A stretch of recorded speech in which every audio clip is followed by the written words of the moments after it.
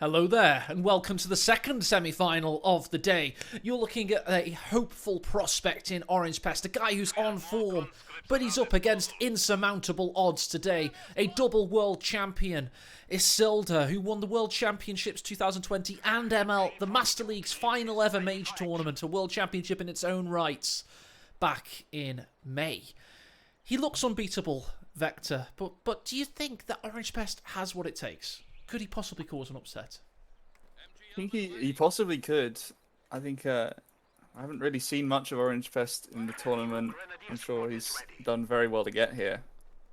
Into the semi-finals, basically. I mean, Isildur's instantly locked in Jaeger infantry. So, you know, not messing about. Going straight for the meta pick. Not quite sure. We see airborne troops on Orange Pest and Lend-Lease and guard rifle, so likely going to see some conscripts with SVTs to fight these G43s. Yeah, that's what you're feeling. Okay, that's what you do. Let's see what Orange Pest does. We're actually going to get on board with Orange Pest a little bit. We're going to do some fog of war follow camera action on him. I want to get a feel for how nervous he is, for how reactive he is, and for what kind of mood he's in, because if people choke against Isildur, he's got this name value right now. He's like a behemoth. Nobody doesn't think he's the best player in the world. If you don't think Isildur's the best player in the world, you're either an idiot or you're ignorant or you don't know what you're on about. One of those three. Pick one or a combination of the three. Orange Pest right now is playing cool, calm and collected seemingly. He's reacting nice and quickly to Grenadiers arriving. He's just playing the odds. He's just playing a lot of tac map as well, don't forget. But this is his follow camera. He's just... Surely not. Maybe I have to click off it. No, he's literally... There we go, that's better. I was stuck on the conscript's view. That was not his camera at all. I was going to say, that was very calm. This isn't Orange Pest. Relics UI fooled me. But anyway, there we go. Follow the conscripts the entire game. He was playing conscript POV. But Isildur's coming in hot and heavy now. If we flip over to Isildur, we'll see that, yes, he's got his eyes on Orange Pest. He's moving in the Pioneers from multiple angles. He's got the Grenadiers watching on. And he's going to board white. He's won that engagement, basically. The Grenadiers and Pioneer combination came in at the exact right moment. He distracted them over here. And he's fine with that. He didn't even need the MG, really. The MG was just licked at one of them for a moment. Let's go back over to Orange Pest Vector. Just how he's feeling. With that, just completely pushed off the field. And now he's got time. Isildur's got time to just completely lock down the middle, get the MG in place to deal with the conscripts on top. We are on follow cam. Chat's asking why I want to capture the absolute frenzy that is the early game of Coming Heroes. When the players are, the tension and nervousness is at an absolute height. It's when they're at the most frenetic. We're going to go off that now, lest we have a seizure. But that is the pace they're both playing at. Right now, Orange Pest is going to go southwest with a flamethrower and a conscript. He's going to go for these fuel and victory points down here. He's going to try and stand strong with a mine as well, protecting its flank in the north. Not a bad option. Yeah, absolutely. Yeah, where's that mine? Just south of the conscripts holding the line where the combat team just retreated from. Got Gren's on the central victory point. They're being flanked at the moment. He's in a light cover crater there. Does lose one model, but Grens aren't benefiting from that green cover, so essentially just zero cover. So I think the conscript will win this. Yeah, I agree. And I have to say, Orange Pest is getting a few tactical little situations in his favour at the moment. He's finding angles on Isildur, and he's peppering him with jabs. Getting in there. No red cover on the main road here, which is pretty useful if you're on retreat, as far as I can tell. This MG just did its work. Oh, it just had a rifle nade. Dodges it. This MG's just coming down from the north now to help out this situation. But I have to say, I'm really impressed with Orange Pest thus far. He's done well against Izzy. And take fuels quite early on. Yeah, he's done really well. He's timed his pushes well, and he's thought about the tactical situations in front of him, and he's gotten a few moves off on Isildur at this point in time, which looks promising. But unbelievably, even though double fuel for Orange Pest, at exactly 5 minutes we see the 222 coming out, which is unbelievably quick timing for someone who doesn't have a fuel point. No. And we just saw a fake 18 aid coming in from these conscript. They're just faking it. Just like your girlfriend is. Back in base, Tankovi Battalion Command coming down for Orange Pest, looking to get that T-70 out to do battle very quickly. And let's check the KDs thus far, with the soldiers surging ahead against conscripts, of course. The enemy is encroaching on our territory. Although Orange Pest already has enough for a T-70. It's going to be a very quick response to the 222. Might not have as much of an impact on the battlefield as he possibly could have wanted. Back this is Isildur, It is. so he'll make it work. He tends to make a lot of things work. Look, Minesweeper combat engineers down in the south, and yes, you may think it would have been much better had he had a flamethrower, but when your T-70 isn't spontaneously combusting to a Talamine, you can understand why Orange Pest does such things. Light tank ready for orders. It's just distracting the Grenadiers, I suppose, in the bottom. Not really going to be able to win the fight. Tell you what will help him though, this T-70 goes south immediately to come and rectify the situation. Trying to keep the Grenadiers fighting for as long as possible, not, you know, retreating and reinforcing. Manpower preservation from Izzy. He just retreats immediately. His pack is not on the field. T-70 now knows that, but it's going to be deprived of early game kills now. And I mean, come on, we see the invisible machine gun on the top fuel. Orange Pest knows something's capping. And there now it is. he knows what it is, and he gets straight into the factory and just aims to wait for the T-70 to help out. Can we get a moderator to create a poll in chat, please? I want to know where chat sees this game going. Not the series, just this game. Orange Pest Isildur. How are you feeling that thus far, guys? I want to hear your voices. So we've seen Orange Pest picked Lend-Lease. I'm sure exactly what. I guess the Dishka HMG, for the lack of the Maxim. He's going to replace it with the Dishka, I'd imagine. And then the Assault Guards could be quite good, but I'm not sure if they would be the right choice.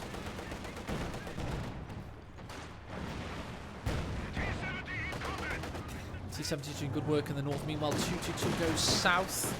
We had conscripts forced away. These ones are going to hold the line from behind the sandbag. And it's a very even game out there right now. Very back and forth. We're also now seeing a Dushka out for Orange Pest of Lend-Lease. So he's saving all of his fuel for the Sherman. He's had no grenade package upgrade yet. Avoiding teching it, I suppose, yeah. Urah around the corner trying to flank the AT gun. Not a bad idea, but the LMG Grenadier is there to thwart him. AT gun wasn't able to capture the territory, just left the point. But it did push the AT gun off just as the T-70 arrived, so it's decent timing. Rifle nade on the conscripts in the south. Oh, it hits the wall and he's lucky to survive there. Meanwhile, T-70 arrives and pushes the Grenadier off in the mid. It's all bustling over, and Orange Pest is going for a second T-70. He's going to overpower Isildur, or at least he expects to. He doesn't want to play these long, drawn-out Company Heroes battles. He wants to go for the jugular. He wants to hark back to the time Elpern beat Lovenest in Master League Tournament 2 with 2 Panzer II Lukes is his option. We're going to be seeing 2 light tanks for Orange Pest in this tournament. Exactly. Looking back to the Co 1 days of Puma, of just spam Pumas. Yeah, that's a really valid point. And yes, we do have 1 pack, but a second MG42 will leave Isildur without the manpower to react to this quite in time. He expects that it's going to be a T-34 next, or possibly a Sherman, but no, it's going to be a second T-70. He will not realise. Go on. He wants to. I guess Orange Fest doesn't want to show the second T70 until right now, where Isilda can't cancel the MG and instead put it into an AT gun. You'd think that, but he's a masterstroke. He's painted both of these T70s to look identical, Victor. He's taken meticulous moments to paint them. Make sure they're indistinguishable completely. Exactly. Here we go, conscripts and flamethrowers swarming into the centre. The new MG sets up its ambush camouflage teching, but it's not going to matter for the meantime, because Orange Pest is coming in through the front door. Oh, and the other T70, the original's going in as well, possibly looking for a flank. Conscript goes down on the fuel as well. Oh, does it? Oh, Yeah. yes, there are the bodies writhing to the LMG Grenadiers. Just also got a Faust off on one of the T70s. Push cancelled, Vector. Completely nullified by those Grenadiers. T70 unable to push past them. T70 in the north, though. Yeah. Not had a bad time of things. Just had a little bit of reconnaissance there. Put on his binoculars. That was... You can see what Orange Pest was trying to do there. He was trying to do something brave, bold. But you know what bravery often looks like in retrospect, don't you? Stupidity. And exactly. And that's what a lot of chat are probably thinking. What? Why did he just go crazy? Well, he's trying to go for an all-in GG push, and he failed, but at least he tried. It's It exciting only to looks see. stupid if it doesn't work. Indeed. Like all those, Pack 40 finds a T70. No Panzerfaust, so he will survive. Meanwhile, in the south, if my camera can get there, we have other T70 just operating. Assault guards coming on the field. I think now that he's lost... Oh, huge hit there. Is that a rifle grenade? What it was? Like a A lot of bird death. eating too much rice, it just seemed to spontaneously combust. It wasn't pretty. It's not. They don't get. It was a booby Teller, Kimbo says. It was a Teller mine. traps. Ah, So it was lucky that they exploded. In fact, that may have been a Silder hit manually targeting it with the 222, or attack grounding it rather. You can't do that with the 222. It was something. it was something. Orange was Can't- very lucky not to lose the conscript to that. Can't have been manual. He was just hitting the conscripts with the 222, and the AOE detonated it. That's what it would have been. Nice here from the gods with the assault Lovely. grenade volley. Grenade off. No models dropped though. One on the retreat, but And he's pushing in from the flanks. MG42 thwarted for now. Note, chat, that's been a triple cap from Isilda for a while. So despite Orange Pest's aggression, he's getting pushed away in the north. Looks like he's not going to be able to cap in the mid. Gren's just chilling. The enemy has taken our supply sector. Again with his assault grenade volley. Easily dodged. Quite expensive, you know. Oh no, 222 could gun them down here. decides to aim for the Dushka. T70 comes around the corner. Surprise, surprise. Oh, hit with a monstrous double back volley. Those shots hit in unison. Defense of the Rodina. That's what you want from your double packs. Want to make sure they're both lined up and then take the shot. That was awesome. The new men have arrived. Well, at least it was quick. Didn't You know, suffer. they didn't suffer at all. Well, you know, every cloud and all that. Oh gosh. Grenadiers up to 21 kills. Orange Pest is giving it a really good go. Let's see how psychology holds up as Isilda starts to get himself deeply into this game now. He's only got one T70. And I don't think Orange Pest has gotten tier 4 quite yet. He may take out a 222 possibly. No, he's going to get away. T70 looks vengeful for his dead brother. Is taking our Yeah, territory. at least it's the vetted T70, I suppose. Act 40 though, completely stopping the T70. Hole was not made early enough to make it look like Orange Pest had a chance because Isilda's just won the poll 73%. Surprising amount of votes for Orange Pest, though, it must be said. I like the dreamers in chat. The belief that an upset could happen. Well, that's what we're all here to see. Well, exactly. Always like to see the underdog win. Orange Pest has always had a lot of potential as well. It used to be that he was too erratic and psychologically weak. He was never bad at the game. He was always an excellent player. But he's ironed out some of that, and do you know what it was? He just stopped playing. He stopped playing as much Coming Heroes. So when he comes back now, he's got a fresh view and perspective on things. And he doesn't get tilted as easily.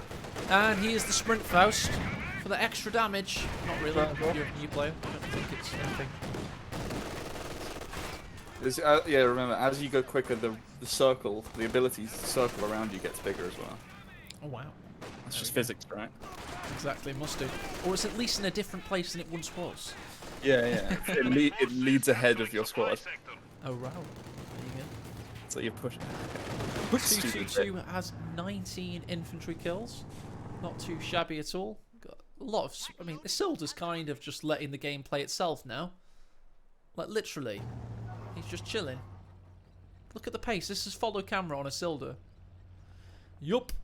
Business as usual. An Orange Pest. What's he doing? This is follow camera on Orange Pest. He's still playing frenzied.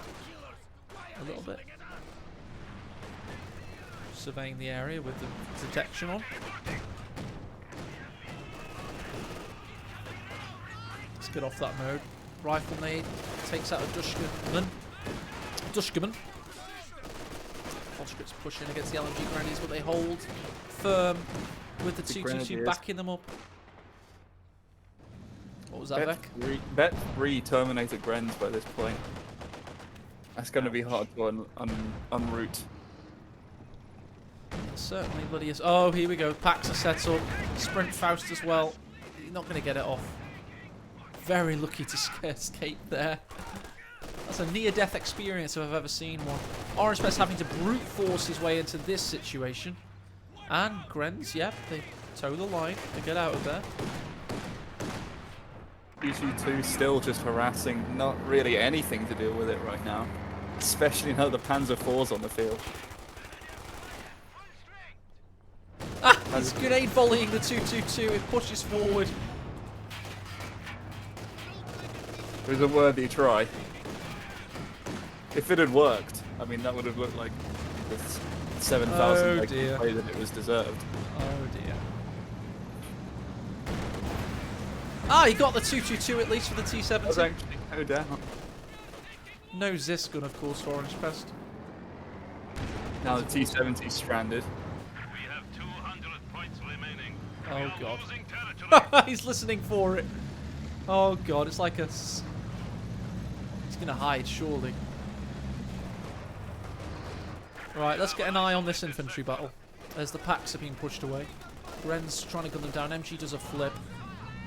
T-70's going to re-emerge. Now the Faust is threatening. He goes for a sprint. Oh, and he gets it, does he?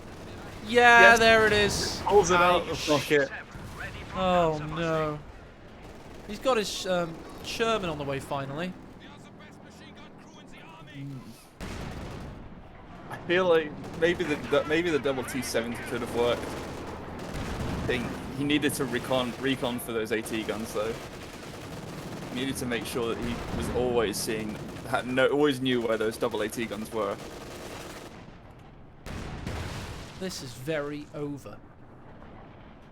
Yeah, I don't see any way that Orange Pest can come back into this, and with an Oswin coming on the field just to add insult to injury.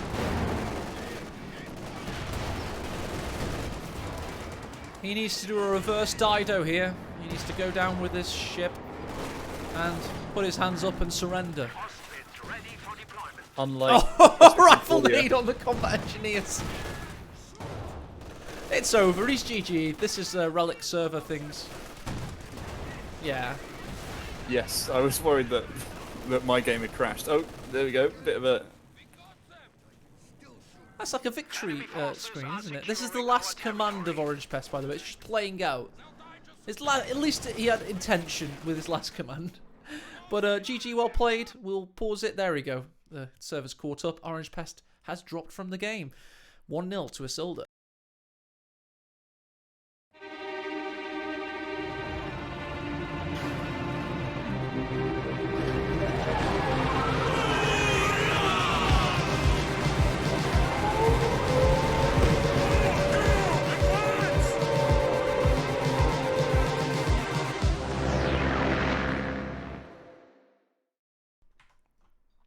There we go. You don't even want to look at the stats, to be honest, dudes. It's not pretty, to be quite frank. It's pretty owie for Orange Pest. Quite grim. Yeah, it really is. But yeah, so I think Orange Pest gave it a really good go. That double pack attack on his T70 didn't help. But yeah, he's certainly going to try again. Absolutely. Gonna give it a good go. He needs to find something inside him. And not Isildur's bullets. No, exactly. He needs to try and avoid that. Find some sort of second wind here and trying to uproot the best in the world. Welcome our Korean viewers in chat. Let's look for this next game, shall we?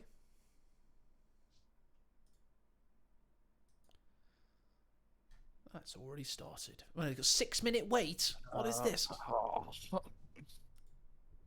That's not cricket. No, it certainly isn't. Well, it certainly feels like it. All right, The amount of time you got waiting. Yes, indeed. All right, let's send an invite to the mighty Vector. I mean, the results of that game looked like a cricket score. They bloody did, yeah. Like India versus Swahili land or something. Swaziland just coming in. Never been in a cricket tournament before. Yes. I can't do accents anymore. Apparently, it's politically incorrect to do accents now. I think I'd steer clear. Disclaimer: I do not think it's bad. How do I use this bad? That's that kind of, why is that wrong? Why can't we do accents anymore? God damn it! Comedy is funny. You need to be able to do accents. You need to be able to mock things. Like, okay, mocking people's inability to speak English is bad, but accents are still funny. It's my hill to die on. Anyway, unfortunately, it's becoming increasingly likely I'm wrong. Exactly, Subbin. Banned from Have Twitch. you got a license for your accent? A license? Ooh. Well, actually, I studied in Swahili land in the 1990s, and I'm married to a Swahili princess. I work at the British Museum, so obviously, As we've been stealing artifacts for the past 200 years. obviously, I know exactly what I'm on about when it comes to Yes.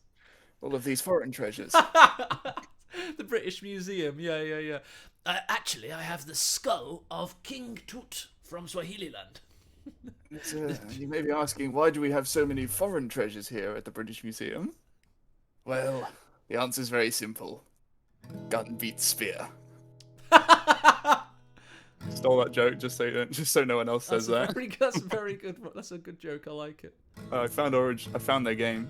I know. Me too. Don't worry. Alright, It's cool. 6 minutes till starts. Good job though. Oh, yeah. You're doing the right thing with your reconnaissance there. Starts in 3 minutes now.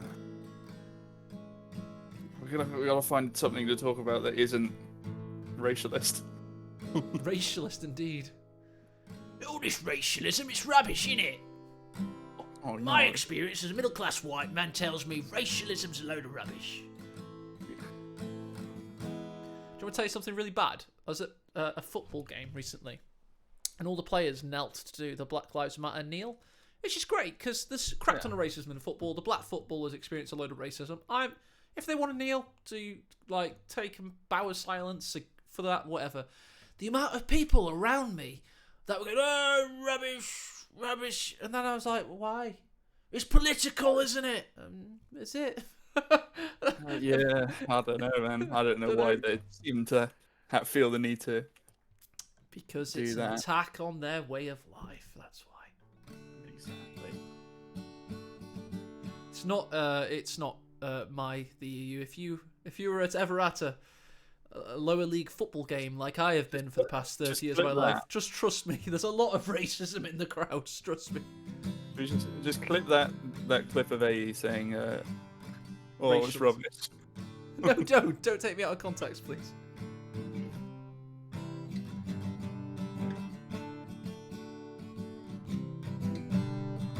Get better, Red. You got COVID. We hope you don't become dead. We want you to survive this pandemic intact, 'cause I don't wanna cast with Vector anymore. He's not that bad, really. I just wanted to see his reaction. He's kinda good at casting, but we definitely want you to recover, please, Ed.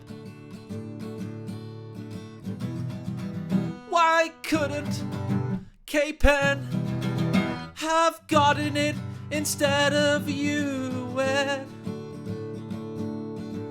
Oh god! Oh god, please take K-Pen instead. Please get better, Ed.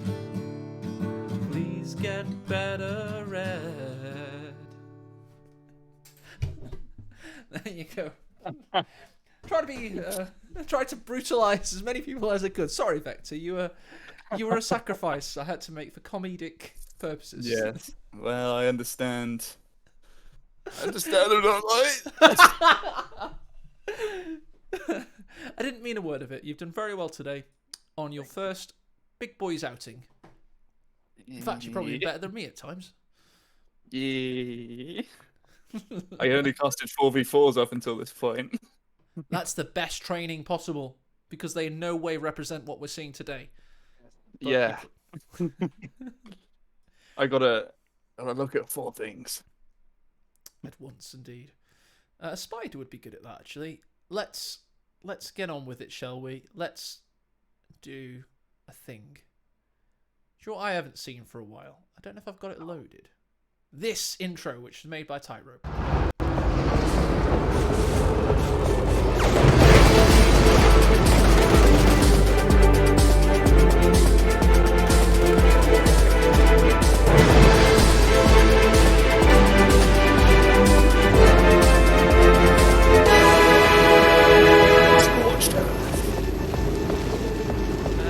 Is he still in chat? It's funny. Is he still in chat?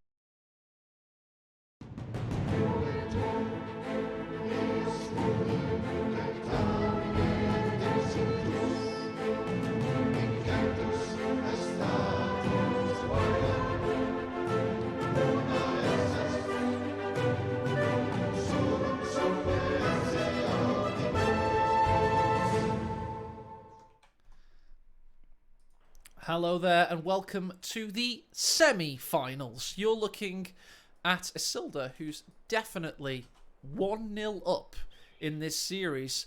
He's now playing as Soviets. He's versus Orange Pest, and I tell you what, Vector, Orange Pest did give it a good go in that game 1. Absolutely. He gave it his all. But it's unfortunately the unstoppable force of Isilda just happened to be too much. And in this case, the immovable object wasn't our asses as we sit here all day, Vector, because we've been watching a lot of Company Heroes today, haven't we? This is our Yeah. 6th I mean, game I of the stood night. up. I stood up in between games, Just to check your legs still work. I like Yeah, the yeah. tactic. so I don't plot. Plot.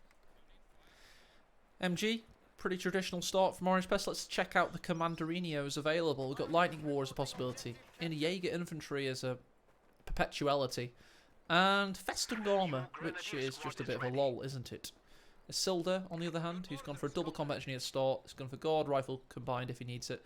Lend-Lease, should he want to borrow it, or SVTs if he wants to see it fall from the sky. Seems like very similar commanders again. I think if we see Jaeger infantry Lend-Lease, then I think we're in for a night of mirror matches. A night of abject horror. Indeed. We've got the MG going south for Orange Pest, going for a pretty safe start here. Obviously leaves his cut-off exposed. It'll be interesting to see how long it takes Hilda to notice that positionally. He's that bloody good at getting a feel for his opponent's movements. And he falls upon them like water, breaking around a rock, wears them down over time. So you're waiting for his conscripts, both conscripts, to be in the same place before he moves them in. Onto the grenadiers on the right. Been spotted by the combat engineers. So it was a quick foray, and then nothing came of it. Yes, they just jumped in and out. Just getting a feel. And this is that everybody just sometimes it's even better to watch Isildur in slow motion. I F you not. We're not going to. But I just want to take a moment for you to really try and understand how good Isildur is, because he's that damn good.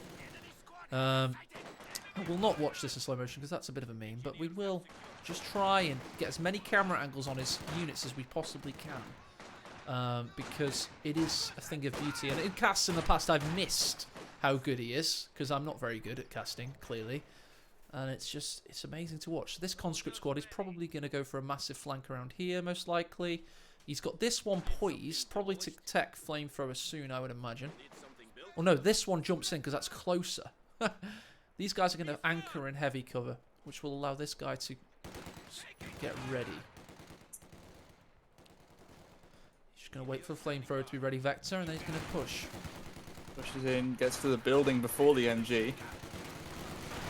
Press quick to reissue a move order there, so that the MG doesn't end up setting up to kill the engineers in the house. And now, because he's waited with his units, he's able to decap the munitions in the north and start preparing for a flank, perhaps. Flamethrower combat engineer actually was the one he shouldn't have. He should have chosen the other one to tech in the end, but oh well. Couldn't have devised that better. It's amazing to see Isildur pushing in with a conscript and an engineer, held off 2 grenadiers and a machine gun, and a pioneer squad. But even me saying, let's just fully take in everything he does, we missed what he did in the north to get rid of the 2 grenadiers. I'm sure he just had the cons here and the Grens had to close the distance, so he won. But it's all these little simple, correct decisions. Imagine playing against a player that never makes a bad decision in the early game. That's what it's like. It's like playing in, you know, when you're a kid and you get a chess computer, or I did in the 90s when they were a thing. And it never makes a mistake and you get really annoyed and then you whinge to your dad that it's broken. That was me. That's me playing against Isildur as Orange Pest right now. Vector, rate my analogy, please. Might need to recalibrate. I wasn't alive then. Oh, okay. So, I'm 21, so you can't rate my analogy. Fair enough. I rate it probably true. Good. Good man. Those are the things you missed out on. 10 years younger than I. Well, I still played Minesweeper, Good. Solitaire. Good. That other one, Pinball. Pinball? Oh, gotta love that pinball game. Spent hours on that. Windows 2000 Master Race. Anyway, Grens and Pioneers pushing in. Orange Pest is battling strong. Combat engineers lick them with flame from the sides, causing them to get that inferior accuracy. Conscripts hold the line. 3 MP40s come into position. Meanwhile, in the south, we've got Grens holding the line with an MG backing them up. Tell you what, Orange Pest has had a good amount of fuel control here. He's not been pushed off, and he's managed to take away the cut-off of Isildur. So, yeah, he's done a very good job here. Disconnecting Isildur's fuel. He's got Battle Phase 1 up, no building yet, but he is capping with the Pioneer Squad. Miku in the chat notices, by the way, just to interrupt, this is big news, Vector, so I have no apologies for interrupting. Isildur's going for the strat he showed in the finals of the last World Championships, ML5, the finals. He's going for his M5 strategy that he unveiled against Nagano to his horror. That's going to be spicy. Is that... did I remember the Meat Chopper 1v1ing a flak half-track and winning? Yes, it did. Yes. The incredible. And you never really see the M5 half-track built. Certainly in mid-ranks, everyone goes for a T70. I know that Meat Chopper is just really, really strong. Certainly bloody is. Just the instant suppression that you can get from it makes up for the fact that your Maxim is so poor at suppressing. Indeed. It's so poor at suppressing, it's almost depressing, but the Meat Chopper... I accidentally clicked that there. The Meat Chopper certainly makes up for it. Chopping meat. Available at all good hardware stores. 30% off at B&Q with the discount in my description. I wish we were sponsored by B&Q. Yeah, and I wish you could buy a Meat Chopper from them. Probably can an American B&Q. Yeah, I'll have an AR-15 and a M5 quad mount. Yeah, just casual, just walk in there. get it on like Amazon, right? Dushka's coming to Dushk for a Isildur. He's going for the full cavalcade of suppressive abilities. MG42 is going to be very flanked, needs to hard retreat. This is dangerous for him. Meanwhile, in the north, M5's pushed off everything. Comes the 222 to mitigate the situation. Look at those forward crew members just getting burnt alive. What is this squad tactic training? Very interesting to everything to defend the MG. Yeah, they're going to get burnt alive just to defend it. What is that? They're brave soldiers of the fatherland. Look, Helmet. Look, Helmet, look in the training manual. We need you to go forward into the flames. I don't understand. Like, half of the time, the MG crewmen just walk about a mile in front of the MG. They're changing it. I did say how stupid it looked in the beta of that balance patch, but nobody listens to me. I'm still not convinced. You're not listening to me even now. Excuse you. I listen to everything. You said chess computers. You've passed the test this time, at least, Vector. Well, By the way, Isildur, he's basically started to eat up the map now. Grens are pensively waiting for the minesweeper to follow them, and yes, they do see there's a mine in the north. They do see it, so they're not going to trigger it. Indeed. Chopper comes into view. It's a brief lick of about 600 bullets there in that 1 second period. It's only gotten 3 kills though, so credit to Orange Pest for surviving long enough to get the Pack 40 out at least. Giving Chopper a reason to consider its position more carefully. Dushka Gunner, he's not crawling, but he is slowly walking very slowly. Walking. I don't know why. I mean, surely you just decide to run at that point. His legs look very tired. Anyway, Grenadier is capping the fuel in the south. Orange Pest is fighting back. We do have a flank off on the Pioneers, and the Grenadiers are forced away as well. He doesn't like the look of that. A little bit. To be honest, he didn't have to retreat there. He had an okay position. There's a bit of cover he could have utilised, but possibly a little bit too careful. Sendry rounds versus the Flamer in the house here. Does that deal extra damage to units in buildings? No, it suddenly forces them away. Be cool if it did. You see, oh yeah. Orange Pest did spot one of Isildur's mines at the top. Didn't get to sweep it, so see if he remembers that by the time it's 20 minutes in when he gets when he potentially gets a Panzer IV.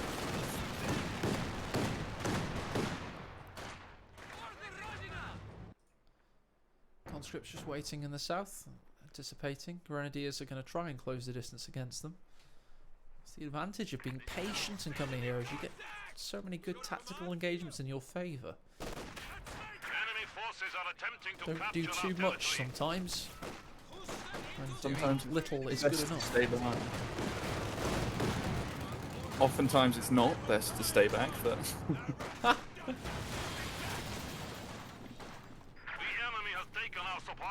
The amount of time it buys you though. Five's ready to go again. Dushka's ready to Dushk again. We're all pushing in at once. Get Fausted here if Orange Pest is quick enough. Couldn't quite get it off. Zelda does have a lot of resources. He can, at this point, decide to go straight for tier 4. I think he's retreating his engineers to do so. Just to get that Sherman out as soon as. Orange Pest is very much in this game though. KD wise, he's maintaining parity. Yes, against conscripts, but at least it's a start for him. He's found the M5, he's worried about the 1880. He has every right to be, because here it comes. Missile. There it is. Low health on the SDK have said no pack gun near it either. If the meat chopper was still there, he probably could have finished the 222 off. Speaking of which, he's just hit Vet 2, giving him superior mobility, reinforcement radius, which isn't a thing. We need to. He needs Orange Pest to start using more planes. That'll really get the Yes. veterancy up on that. And you could write him a message. Use more planes. I know you're already planes coming at 12 CPs, but Kills now, and he has overdrive available should he need it. I think he just utilised it actually. Dushka suppresses the Grens in the south. And if we look at the map, we can really see now we've entered that middle period of the game where Silver tends to start laying down the law of the land as the double world champion. and as many mines as his little arms can take. Supply sector. Speak of the devil. Planting a demo charge on the bottom building. Explosives planted. Nice. It's a juicy demo. Is that enough to blow up that building? I would hesitate to say yes. Still has 300 Sure. points. I think it's a half health building, so probably. I think if it was full health, it might have survived. It might survive a demo there. It's a really good shout, mate. Plus, of course, he's gonna. That channel's now demo charged. Oh yeah. Maybe stick a tripwire flare at one end of it, so you know if something's coming. Oh, conscripts eviscerated there Troops have been lost. by the Model 42 grenade. No vengeance. No measure of vengeance either. No, he gets away. He's got an MLG mortar on the field. Some 360 smoke rounds. Oh yes. Ed 80 Hertz will be happy to see the GG mortar. Yes. First time today. Oh, actually, no. We saw the 120 mil in the games on Crossroads. One good thing about Orange Pest, he has made many a good comeback using indirect fire as his platform. He's going to need a lot of direct fire because he's got a Sherman on its way, so a second pack's probably going to be necessary. And if Isildur follows up with a Katusha, he's going to be hard countered. Then look at the infantry. Orange Fist he's got 4 grenadiers, almost all of them with G43s. Isildur doesn't really have very much mainline left Sentry on the rounds map. versus M5, just to interrupt there. Does he follow up with a Faust? Can't get a pack shot off. What Gets the Faust evasion in. by Isildur. Survives though. Demo still not been spotted yet. Has it not? Oh, I just thought the full might have pack was been- thinking of it. It might have been revealed briefly. All grenadiers. Yep, I was thinking that. I think Isildur may have been timing it. He's probably just watching their path there and thought against it. He's going to have a better opportunity later on. Does Orange Fest see the demo though? Does he see it? Is he a map? Is he a map turner? No, he's not. He's a tech map. Supplies to the enemy. It's a Avid he tech might mapper. not have seen it then. It's going to happen sooner rather than later by looks of things. The battles look likely to be around that area. Mortar versus Sherman. Sherman survives. For this mortar round at least. Shuffled off his mortar coil. More mortar coil. Vector, you can stay. That I think you've now become a Vet 3 Vector. That was amazing. Right, we just saw the MG42 die. Pack 40 is doing nothing to this Sherman. Misses yet again. Shoots through the building. Through the walls. Through the windows, through the walls. As the Oh, T2 is likely to 2-2. die. Aggression showed by Out. Isildur here. Faust in on the Sherman, yes. Oh no, he's gone past the edge so he can't shoot the 222. I was thinking the sandbag would save the 2-2's life anyway. Meanwhile, we have got a big push in the south. He wants this MG42. M5's doing his darndest. Oh, Pack 40 finds him. MG42 indeed is stolen. Pack 40 needs another shot in here. Out Get of control he goes. Bit of a trade there. Conscripts coming for the flank. The new conscripts built by Isildur. Oh, in the north we've got Panzer IV against Sherman. Orange Pest isn't done yet, ladies and gents. He's just taken out the main tank of Isildur's army. We have lost one of our armored vehicles. Absolutely huge pickup there. Isildur now quite on the back foot here. Decrews the pack gun, but it's just going to be recrewed immediately by the Grenadiers or the Pioneers. It's really trading down here. Lost both of his vehicles. Yes, he is. And a Panzer IV and a 222 on the field. It's not looking too shabby. Did we lose a Pioneer at some point? Or oh no, we lost the MG.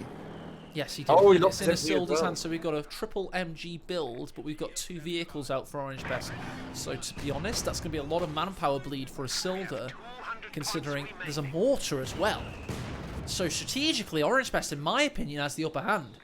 I'm not gonna mince my words here. He's got 2 vehicles and a mortar, and the other player is locked into having 3 machine guns. That's It's a big pop cap drain. yes, big manpower drain too. Panzer IV, I mean, it's not repaired, but there's only 1 Ziskan on the field. As long as he can kite well enough, he can make good use of this Panzer IV. Good point by Whilst 0 Isilda, inch. Sorry, go. mate. You go. I interrupted you. whilst Isilda doesn't have any other, it only has 1 answer right now on the field. And Zero Co in chat's pointing out, though, in very valid point, Isilda still has 455 victory points. So although Orange Pest has the strategic build order upper hand right now, there's more than enough room to rectify that. Who's winning this poll, Vexer? I see there's a poll in chat. It's even, Orange Fest Isilda. Ooh, slightly different to Isilda. Refrain from voting. Very good. Not abusing your privileged Impartial position. I like it. Impartial. It's how we come from Britain with our good standards of, you know, Impartiality. And impartiality and electoral kind of control. and for Orange Pest now, if he gets the fuel, he could get a Tiger tank. Yes. Sure, I think he might want to just build another Panzer IV, solidify the position. Pushka versus 222 here. Can do a bit of damage, but he gets out of there quite quickly. Orange Pest is really exerting himself now. He's fighting as hard as he can do. He's got to. And he's currently, yes, down on victory points, but he's had fuel for a while. And he's also cut Izzy off for a bit. This gun wasn't set up. I was going to shot it in there. Orange Pest absolutely needs a second Panzer IV. Just needs to keep up this vehicle-orientated battle. Oh, he's got a minesweeper. We'll spot the demo surely here. Let's go and follow camera mode and see if he sees it. He knows his pack is decrewed. Doesn't look like he's going to see it. I think does the ring around it appear to you if you're the enemy? He's gone past it now. He's not watching anyway. Yeah. He's looking for a big push in on the Zis. And he's going to get it with the G43. He's rushing in. He's got tactical movement. 222 backing them up. He's putting pressure on the anti-tank gun. This is a good push by Orange Pest. Here comes the conscripts around the corner. Just completely merges into the Zis gun, and then pushes this gun back out to deal with the inevitable armor that follows the grenadiers. Very, very good response from Isilda there. Very quick to bring the Zis gun back out. Imagine Isilda matches if there was a player as good as him. We're seeing Orange Pest be nearly as good as him in this game, and it's giving us a 20-minute game thus far. I think just to make it to 20 level. minutes. I think just to make it to 20 minutes is good going. Yeah, this even on everything but victory points. By the way, the mortar with the barbed wire protecting it's been an inspired choice. It's gotten 4 kills but a lot of health damage, and it's been a nuisance for Isilda to deal with. 2 already. 4 kills with a lot of health damage. He's trying to attack ground it through the wall. He hates it. Yeah, it's really annoyed him. Oh, what a shot by the Zis Oh. gun! Oh no! Oh my god! And the Sherman follows up on What the a crew member. snipe with the HVAP. Or was that no? That was standard. I thought it was HVAP. Standard, and he destroys it. This man's brutal. I just complimented the mortar, and even the retreating, running away crew member died. Like, That does open up that avenue for a retreat path, pushing units potentially closer to the demo charge. all we care about is the demo charge now. Like, in a solo I game, we no can't longer not cast see the demo. Sorry, go on, Vector, call me. I can't watch this entire game and not see that demo blow up. Same. It's Silder games are no longer about the idea that Silder might lose. It's more about like demo charges. Will they explode? Will they not? Territory is falling into What enemy luck. hands. Oh, cheeky telemine there. That could come in handy. Chat, give Orange Pest your energy. Come on. I want to see the giving energy emote in chat. And I want everyone to give Orange Pest their combined energy. There we go, Zany. Copy and paste Zany's app. And we need to see it. By God, he needs it. He bloody does. Let's have a look at that in chat. Everyone giving the energy to him. So he needs it. Orange Pest got tier 4 down. So maybe thinking about Panther. Could be. He's quite far on the manpower front. It's been like quite a while. Fuel in general. 179. Yeah, Panther would be an excellent choice of fuel. But then the triple MG and now double Ziscon coming. I don't know, maybe the Panzerwerfer even. It's a bit of a Yes. it's a big risk. Ah, but it could be so good. You get that. If you get that shot, I mean the MGs are very well spaced. I'm not sure the Panzerwerfer would really have that much of an impact. But then maybe I'm wrong. And I'm Let's happy hope- to be proven wrong.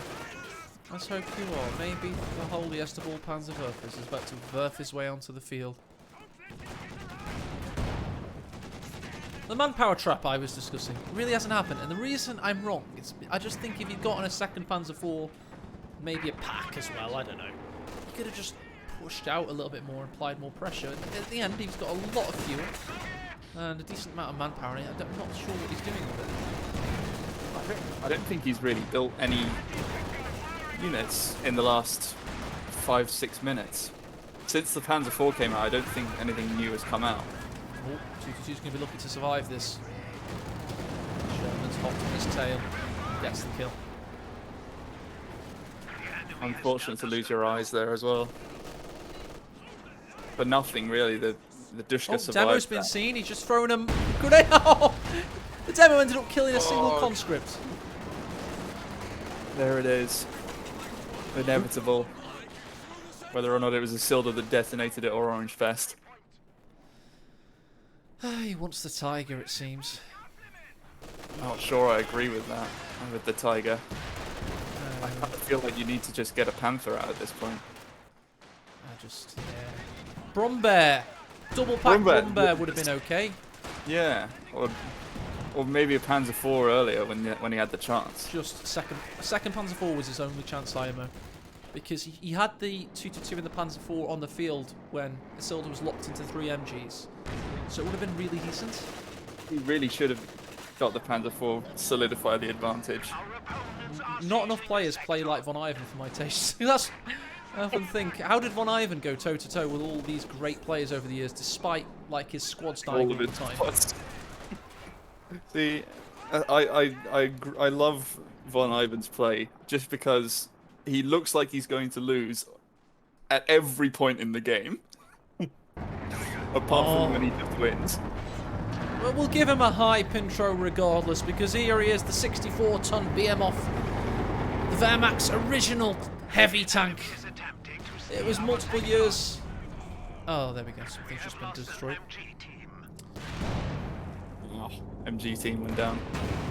Yeah, that's kind of a microcosm for World War II, isn't it? Oh, Wunderwaffe! And then things are exploding and dying. Why was that MG42 so far up there, though?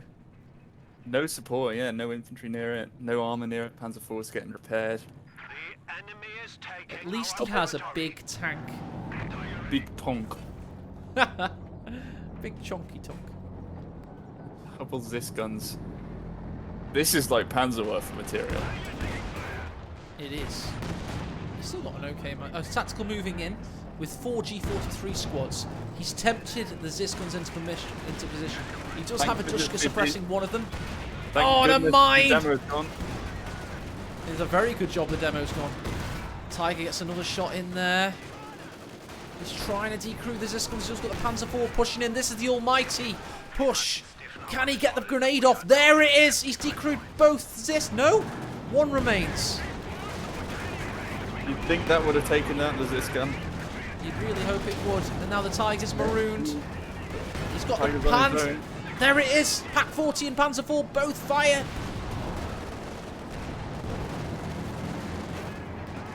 Oh, he's recruited both Zis guns. Vector. He's got an AT grenade as well soon. This gun's... Tiger shoots the retreating model of the Zis gun. Zis gun gets decrewed again. Oh, he's done it! Both. He didn't have enough munitions for an 18A. The Tiger's still alive. Main gun's still operative thanks to tourney mode. But here's another conscript. He's throwing the 18A. Panzer IV's trying to crush him. Oh, he bounced off the front of the Tiger. Bounces! There we Tiger go. Rogue, eat your heart out. Tiger's still alive. Where's the follow-up? There isn't any. Tiger gets away with a slither of health. A big line of pixels. A morsel. A tiny morsel of health. Victory point wise, he's looking for a triple cap. Is Isildur. He's going to go for the triple cap. He's going to try and maintain it. He's going to lock him down with 49 victory points remaining. These Grenadiers now have to tactically move all over the bloody place. And it's not like fire up, they don't get rid of suppression. Oh, what's happening? Building.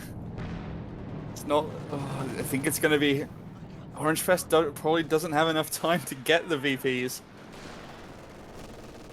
No, he doesn't. MG's on every victory point here. It feels He like. has. MG42's now just laughing at him in the south. In the mid, he's gone past the mid VP. Don't cap it. He could have neutralised it at least.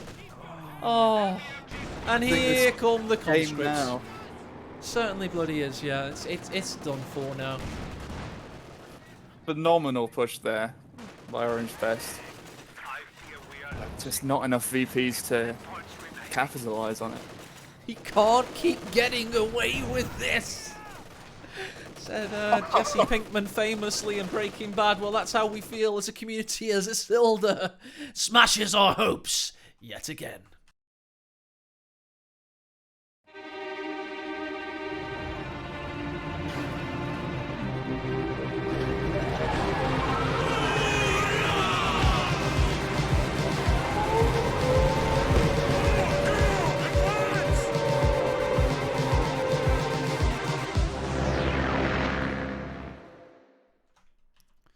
Wow, that was a good push by Orange Pest, and as little Chinky in chat says, he won the battle, but not the war. Quite right. So unfortunate. Just didn't have the VPs to stay in the battle. It was a really, really well executed push. Managed to keep both of his tanks alive, but just could not capitalize on it in time. I think maybe if he'd made some decisions earlier on, some different teching decisions earlier on, it might have been a different story. But you can never know for sure. You can't. That's the thing. And Isildur's now 2-0 up in this series. He's one game away from the upper bracket finals. Let's go over to the brackets themselves now and go and have a look what's been happening elsewhere in this prestigious event. Here we go. We can see that Creative Name has beaten Ashablar, knocking him out of the tournament. Wow. Yeah. Wow. Wow. Major Kusanagi took Elpern out of the tournament as well. Yep. Elpern beat Kobal earlier today, and then Major Kusanagi beat Elpern. The loser of this battle, Isildur Orange Pest, will face Creative Name. I'm going to privately message Olvedi and say, it's a little bit unfair the situation I've created. I staggered the semi-finals, didn't I? I staggered the semis, meaning that, like, Creative Name's got a big break now. I requested that the semis get staggered, so Olvedi, I'm going to privately message you a suggestion there. Oh, do they, Rachel? They're already on it, are they? Good. I should trust people more. they're going to have that game later. Fan Dabadozi. That's what I was going to suggest. Good man. Or good lady in this case. Elpern, Major Kusanagi. Kusanagi's through. That means he's there, right? Can't edit, not ref. Exciting. Might end up seeing the return of Kusanagi later on. Could indeed. Yeah. Kimbo is through to the upper bracket final against likely Isildur at this point. Let's face it, unless Orange Pest hulks up massively. Wins 3 games in a row. It's possible. It's possible. It's happened before. No, I don't know if it's happened against Isildur. No, I don't think it has, to be quite frank. The last person to beat Isildur in a major tournament was Kimbo in June 2020. ML2? Yeah, that's right. Thanks everyone that's followed today and the 3 subscriptions as well. It's been much appreciated. Let's go to the tournament screen here. So in tournaments Isildur has played in, which is this one. This one wasn't a major; it was a standard. So Nagano did beat him in Vanilla Deluxe, but I said major tournaments deliberately. He's won. There it is. August last year. So he's unbeaten in a year in major tournaments. Isildur. Goodness. Yeah, it's pretty ridiculous. I just can't even fathom being at the level where you can go undefeated for a year in a game like this. Yeah, and to be honest, I think he was, I don't know, finishing his degree or something, but before that he got really good in 2019 and just came from nowhere, beating Jove in a final. And then he kind of went dormant for a while, and it took him a while to get back up to form. So he's been around for a bit. Minor eruption. Yes, indeed. We had previous players like him, like Dave and Asiamint, who came around and like tackled the old guard, obviously. Dave and Asiamint were interesting. I might do like a little mini documentary series on Coming Here as Competitive. Quite fun. The idea of that. But otherwise, it's just the old guard over and over again, isn't it?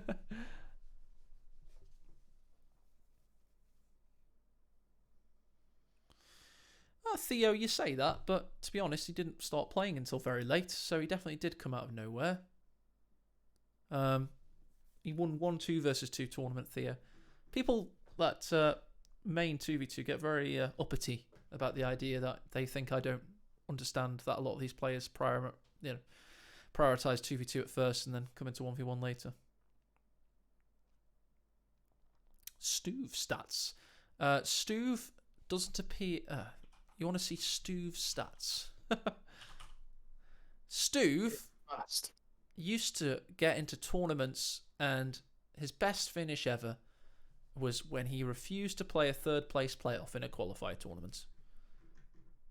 Other than the Anniversary Classic where Kimbo carried him. I do actually have an all-time rankings as well. So this is all-time rankings for both Co-1 and Co-2. See that DevM is the best player on paper in terms of overall tournament victories and placings and such. And Stuve is on here. He must be. Find Stuve. Stuve is a joint 70th best tournament player, along with the likes of Cataclaw and I remember Asbag. He was all right, you know. Some decent names around there. He was M246. I remember him. He was a recent player. At least recent to sort of appearing in tournaments. I don't remember. The Co2 rankings are more relevant to this, what we're talking about, to be fair. Because, yeah.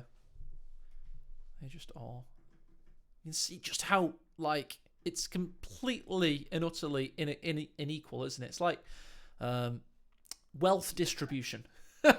You know what I mean? There's the 1%, and then the rest of the plebs. And then I'm not on there. No. You don't even have any money. No. You live I in a just, hut.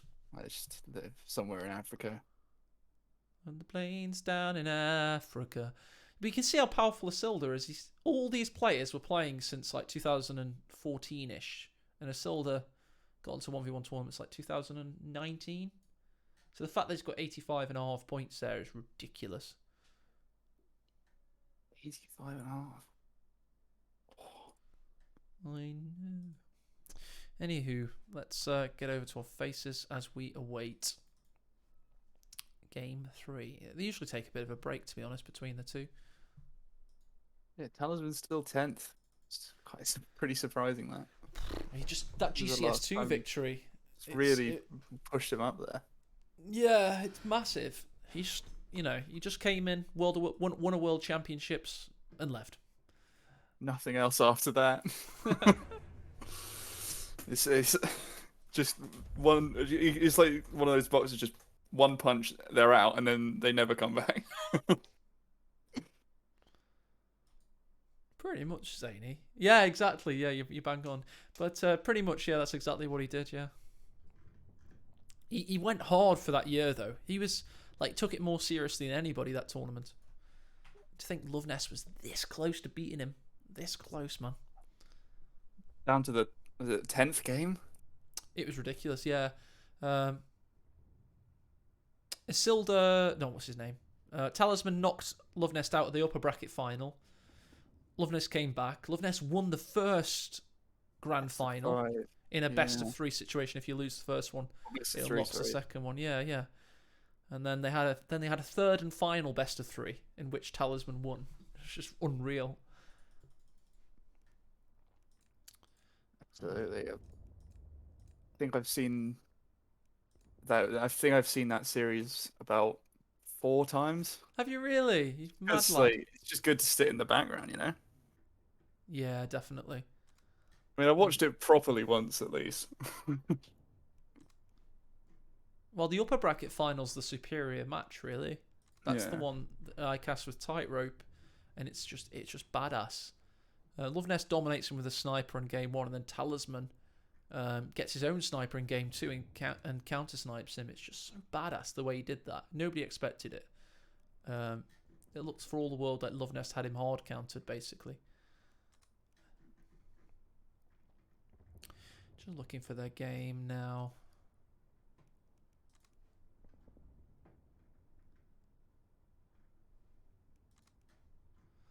You know, if it's recently started.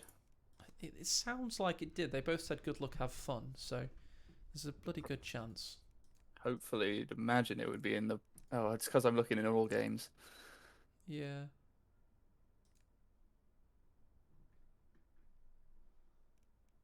Oh, can you search for it at the same time? That's handy. Yeah. I don't think I can start, so it's kind of pointless. But I can tell you me where what it is in page the search. Yeah, Yeah. exactly. It can't have started because we both can't see it. That's probably the logic here. Orange Pest game has been happening for a while, and I've found that one first chronologically. Oh wait. Oh yeah, that's Orange Pest. Yeah.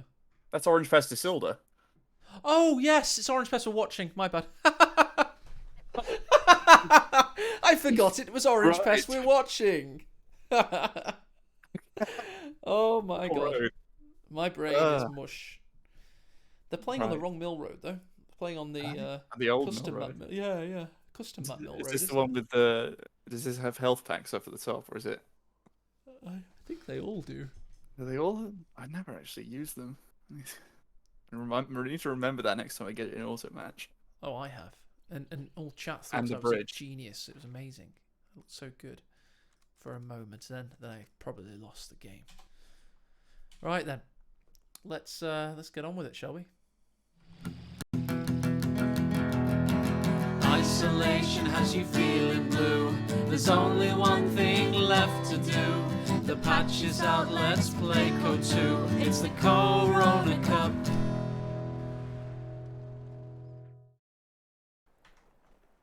Sherman, ready for action. The Sherman's ready for action, but is Orange Pest because he needs to get in on it. He needs to smash Isildur in this game 3 to regain any momentum, any hopes of a huge upset victory. Of course, this is Alvadian 101st tournament, the International Classic. They can't play the same faction twice until the best of 5. It's faction rotation instigated. I'm here today with Vector. He's been doing a bloody good job of co-commentating today. And Vector, what chances do you give Orange Pest in this game 3? Well, he's gone for mechanized against Isildur's OKW, so we'll have to see exactly how that goes. See if he isn't going straight in for the WC51, which is curious. I don't know, since the nerfs, maybe he's not so hot on it. What do you think? I think with this tractor bobbed wire, his ascendancy knows no bounds. He hasn't gotten his cutoff yet, though. That's not good. No. Well, I haven't seen Isildur play OKW in a while, so maybe he's probably been playing it off stream. So, I mean, and to be fair, he'll probably figure it out. Zany Zap says, look at Orange Pest's bulletins. He has better accuracy on his rifles. M20 ability there. And then finally, bazooka range. He has gone for munitions in the early game, it should be noted, which should imply 3 rifles nades. But instead, no, he's gone for the WC51, everybody. That's pretty high.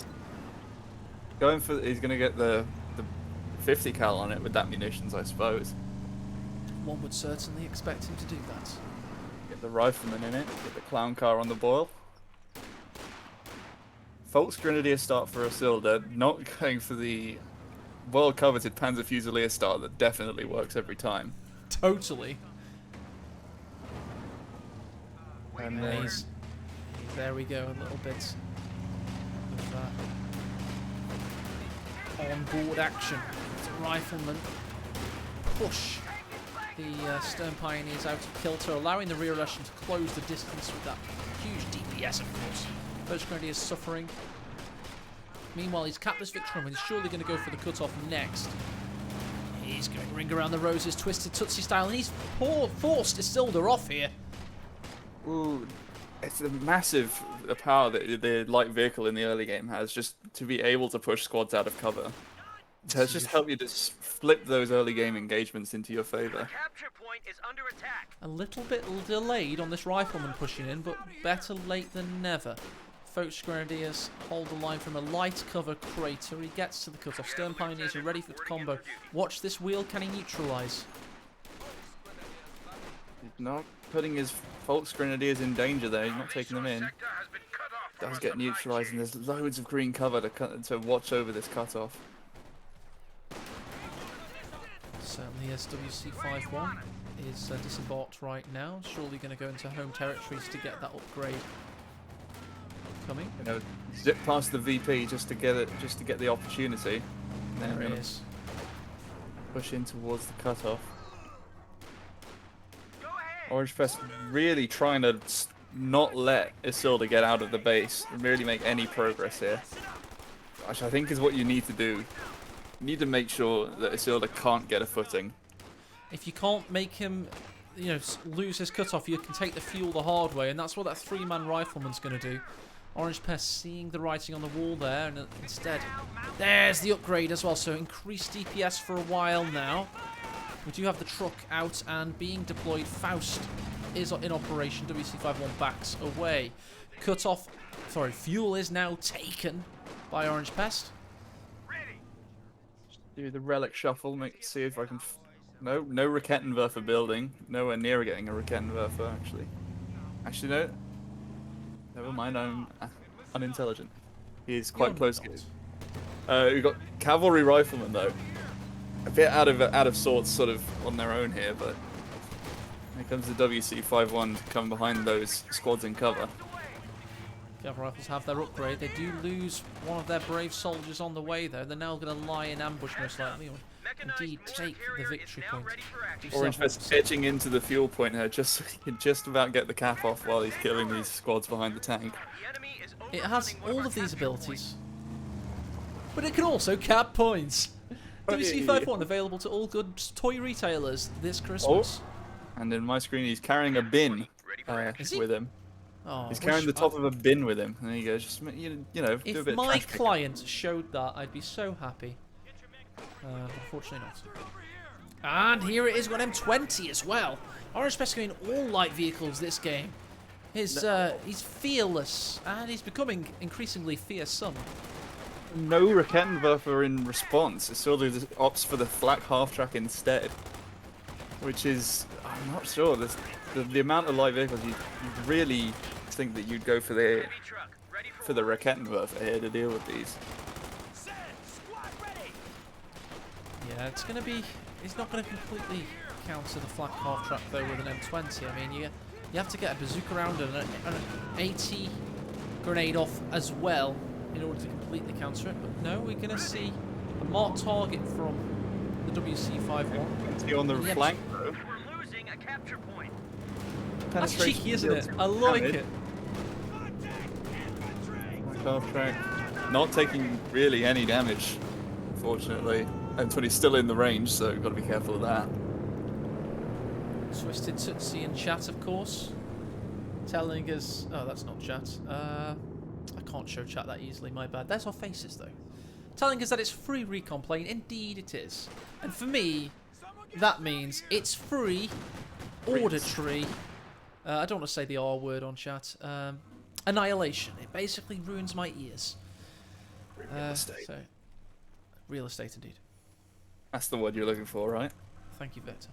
You're very helpful. I just hate real estate agents. They're slime. If any of you guys are real estate agents and you're offended by what I've said, you know, I'm not going to tell you to go and do that because it is a sponsored tournament. But I'm not very happy with you. You shouldn't have done to me what you did to me 5 or 6 years ago when I tried to buy a house. Very upsetting. Do you know what they did, Vector? They pretended there was competition for the house. So I ended up negotiating with myself. Sorry, competing against myself, against an invisible bidder. There was no other interest. I ended up losing. Oh god, so you lost to yourself. I did. Real estate agents make you do this. Anyway, Raketenwerfer is now definitely on the field. M20 gets away. Luckily there, I think it's good that it had this avenue of escape. Could have been much worse. Meanwhile, oh, we've got Cav Rifle WC-51s on board. But not only doubling down on the light vehicles, tripling down the Stuarts now. Oh, yes! Love it! This is when USF were announced on the tournament scene when DevM won OCF. He was going every light vehicle he could. It was so attractive to watch at the time. Isilda has it scouted though. He's got his Raketenwerfer waiting, but now fully knows what's available to him, and he's ruining the idea he does not have a Puma on the field. Only a Puma is a hard counter to this in the early to mid game. But now, we've seen all he these misses! three light vehicles. He misses here, Vector!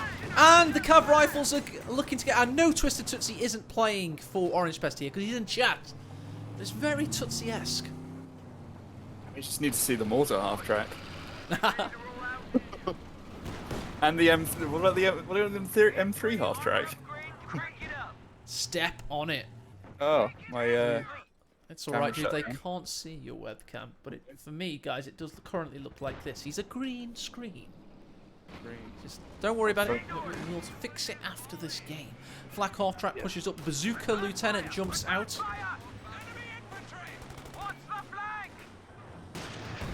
And targets it.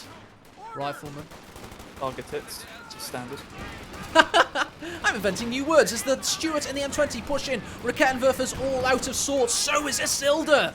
Somebody's finally developed a strat against him. It's play with vehicles. He's certainly too good with infantry. Absolutely, because pushed off the field again, Raketenwerfer has to retreat back to base. Flak half track's really the only thing stopping them here. It stops the infantry from flanking, which is, you know, it's something, but really, Builder's almost basically base pinned at this point. Nearly. He's not got his fuel. The lieutenant has that. And I tell you, lads, that meme of the old guy waving his hand saying, "It's happening." That's our collective spirit right now, because it may be happening. Isilda could be about to lose a game. Orange Pest says, call an ambulance. but not for me. Oh my! Oh my! But he does have his own ambulance. But just He does actually have an metaphorically ambulance. speaking. It is a metaphorical ambulance that Vector is referring to, just to be completely clear. Stewart pushes in. Folks Grenadiers suffering a bit of health damage here. Still just having to cap everything he bloody can do. He's gone for a second Rakettenwerfer now. He's Raketting out of his brains. It's a bold strategy. Let's see Never how it seen plays this out. before. Fuel-wise, are we getting a major tech already, or is this just the amount of stuff he's paid? Yes, major's teching, of course it is. Can't see it in the unit icons, as is tradition at this point. Just can't Click on the actually third see. tier, you can definitely see that it is on its way. We've got cav rifles force away the Folks Grenadiers there, a lot of health damage. They themselves are getting hurt by the Stern Pioneers and the other folks. Again, pushes forward, rifles up against them as well. Job be MLG from Orange Pest right now, a nade tech, a push and a nade tech. 3 nades at once, oh, imagine! Oh, we've got Rakam versus M20 here. Escapes for now. Combined arms was 4 CPs. Yeah. Now, if only now he had combined arms with this amount of light vehicles that he has. Imagine the fire rate. Unbelievable. Stuart's already fast firing. It is. It's having a bloody good job of things at the moment. It's got a juicy 3 kills. We've got WC51 on 2 pips of veterancy. The M20's attained 4. Overall, though, his KD is equal against OKW. We go over to the graph screen. You can see the big point, though, is points held. He's had over 9 points for most of this game.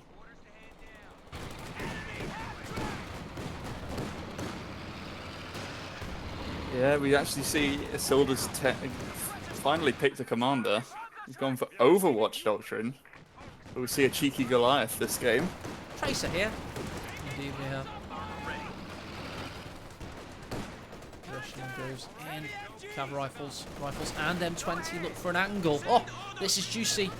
He's smoke round discharging upon him. WC51's taking a big angle on him. Look how deep the WC51 is. Orange Pest is having big testicular plays here. Not much impact from the WC51, but it does force away flak half track. The cavalry rifleman trying to push in on the cutoff there. It doesn't get there, but So many sports played at an elite level. Company Heroes is definitely that, absolutely. It's all about the angles, and Orange Pest is creating angles against his foe here and posing all kinds of questions. This is non-linear gameplay.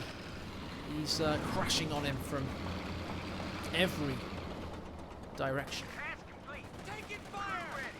Yes, not bluffing. I did call Coa Sport. It's a massive sport. This is for $3,000 this tournament. How dare you imply it's not a sport? How dare you? We have one highlights video, and it's all bad. That's all it is. It's major artillery called down just to cause a distraction, seemingly. Rakettenwerfer's in disarray. He needs to push in there. So WCF1 thinking about it. Stewart's in a bad place, though. A really bad place. He's hiding! He's going to escape! If he goes through the bridge, that is a best moment in our community's history. I'm going to be so happy.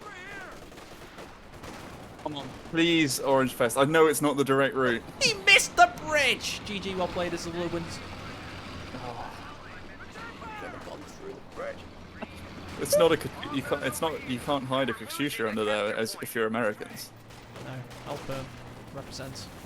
Flak half track pushes forward as Isildur's finally breaking out. It's thanks to all these units being back in base, as Orange Pest needs to recoil and strike again as one. Oh, look at the fuel and manpower of Orange Pest. He's got all of his original vehicles still alive, and he's thinking of a Sherman 76 next. Right on the cost for getting it. Just about to get enough fuel for it. 120, is it? Yeah. 125 even. Oh my lord. So close. Five fuel, and we get to wait. Can't wait. A lot of manpower for It Orange is. Pest, though. Click, yes! if he clicked the original Sherman at that point, I would have lost it. No. Waited till enough, Capture and point then is just got being the regular overrun. one. It didn't feel like the 76. Right. Who's the MVP unit so far? We've got the Stuart, the M20, or the WC51, but they're about to be joined by their bigger brother, the Ultimate Evolution, in US technology, is going to Tracking arrive. squad ready for action.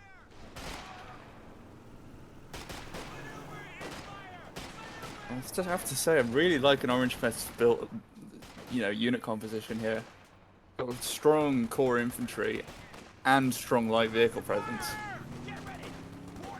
And then even still having to spend all of that Oh, look fuel at on this! light vehicles. Step Oh, on it! I Straight through thought the you- enemy lines! He's going thought- behind the Rakettenwerfer's flak half track, smoking him out right now. Looking for the Jaegers. No, he's going to go for the cutoff. We have Panzer authorization, though. He needs to be a little bit careful. The Stuart's been fausted, but he's going to stay strong against that Volksgrenadier.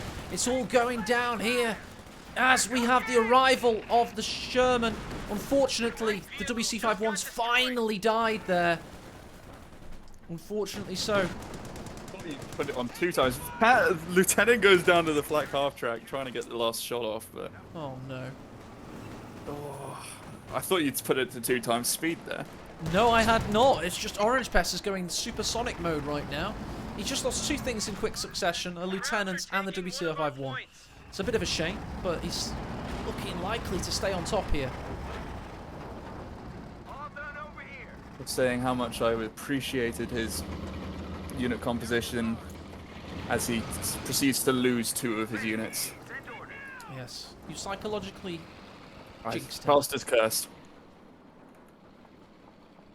I cast as cursed him. I curse you. Wait, that's the count. Sorry. You need to change your audio files. Okay, quiet down. Have a Radio reboot. spinning up. Have a restart. I tell you what, I just need to take my headset off for a moment because this is tense. This is really tense. Let's just, deep breath. Round 2, go. Capture point is being overrun. We're back in. Invisible Raketten. Waiting for the Stuart to chase down these JLIs. Yeah, it's one of them. That brave WC-51 that launched himself at Isilda madly. Oh no, Rest- my client is cursed. What's happening on yours now? Let me see if I can get a screenshot. Oh no, the Sherman shot it!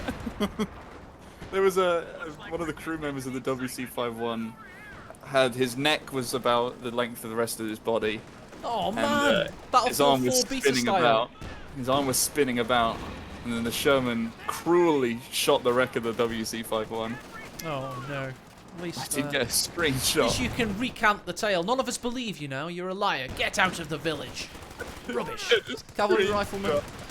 5 kills. They smoke their way into the victory point. Orange Pest is looking to try and finish this off. He's even capping standard territory points around the sides here. Well, unfortunately for Orange Pest, Isilda has had a good swathe of fuel control now, so we're looking to get his Panzer IV out next. And it's going to be And a Sherman Goliath, versus Panzer IV. Goliath's a good Goliath? shout. That would be interesting. Hide that around the back. You can see the cemetery near his cutoff. Using a capture point. You could hide that on one of those walls whenever if Orange Pest decides to push. It's got all of his light vehicles there. Or, One well, very viable way Goliath could work on this in this particular game is there's that many vehicles with that many engines that it would be very well hidden in the sound profiles. Very you would unlikely to hear camouflage it. just by the sound. Indeed. Sherman's not gotten any kills yet, but he's been running rampant, flailing around madly. Act 4 is the decision, which is the correct decision in my opinion. But Yeah, massively. I mean, Tommy says in chat it's going to slap, and I completely agree. It's going to slap tasty bass riffs all over Orange Pest's face. It's going to be like a 1970s funk disco when this Panzer IV hits. when the Sherman hits at the same time, the regular Sherman. No, he's not even waiting for the extra fuel to get the 76. He just wants the Sherman out. He wants to win on victory points, doesn't he? He wants to strangle him out, but I mean, he still has 221, 2 Rakettenwerfers, a good strong infantry corps, and now Panzer IV. That would look good for OKW. It's at this point where OKW, I think, gets hard to beat. The Panzer IV just is one of the most invasive things in the game when it blaps your squads. The thing about Orange Pest, I don't think he's going to overextend with his vehicles again. He's got Vet 3 on this M20. It can escape the Panzer IV quite easily. Very, very fast. Oh, nearly took a shot there. Do we have any M6 anti-tank mines, though, placed from it? Don't know. Wait, you go on duty and try and spot it. Right, we've got smoke in on the flak. Well, it smokes itself out. The Stuart doesn't care. It goes forward. It's been hit by the Rakettenwerfer through the smoke, however. Now the Schwer's opening up on it and taken out again. Rakettenwerfer victorious. Orange Pest light vehicles are slowly ebbing away. Meanwhile, the Shermans push in. What's Orange Pest thinking here? I don't know. He still hasn't dealt with the Rakettenwerfer. The invisible Rakettenwerfer just turned around. Sherman goes down, out of control. We just lost a medium tank. Now the other Sherman is Panzer IV fodder. It is indeed. What is that? Hurtling out of Orange Pest's window. Is it the game? Has it been thrown? It certainly bloody feels like it. Grenade. Oh, nice grenade there. Oh, he can't take it. Oh, and he can't cancel it. Oh, the rifleman die. Orange Pest. He does finally take out the flak with the rifleman. At least he got a flak off track with it. That is Calculated. A valiant death. Another rifle just died as well, I'm pretty sure. Disappeared from the unit cards in the top left. Raketten gets taken back. Both Raketten still in OKW hands. He's got a lot of manpower though, Orange Pest. At least he can replace one of those losses quite quickly. But yeah. He might think about getting the Scott here. Panzer IV's going to smash him, mate. Pack howitzers would be his way. Knowing Orange Pest, this isn't me suggesting it, but he may think about getting pack howitzers if it is. Okay, he's going to rifleman. I've seen him go pack howitzers when he's down as USF in the past. That's all I'm saying. I'd say, yeah, I'd get pack howitzers over a Scott. I think it's a bit. The Scott's a bit too expensive on the fuel investment for what it does. It'd be terrible against Panzer IV. Mate. He'd just get run over time. It would find him. It would find him. Isilda's not going to shy away from it. Ooh, times 2 bags. Cheeky bit of major artillery. No WC51 for spotting, just with the M20 now. Sherman's still alive, hits a tractor there instead of the infantry.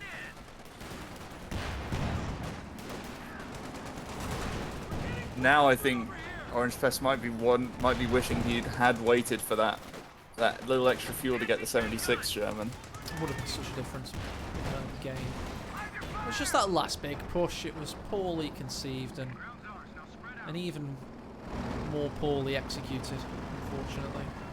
The Panzer IV in the middle, nothing to stop him.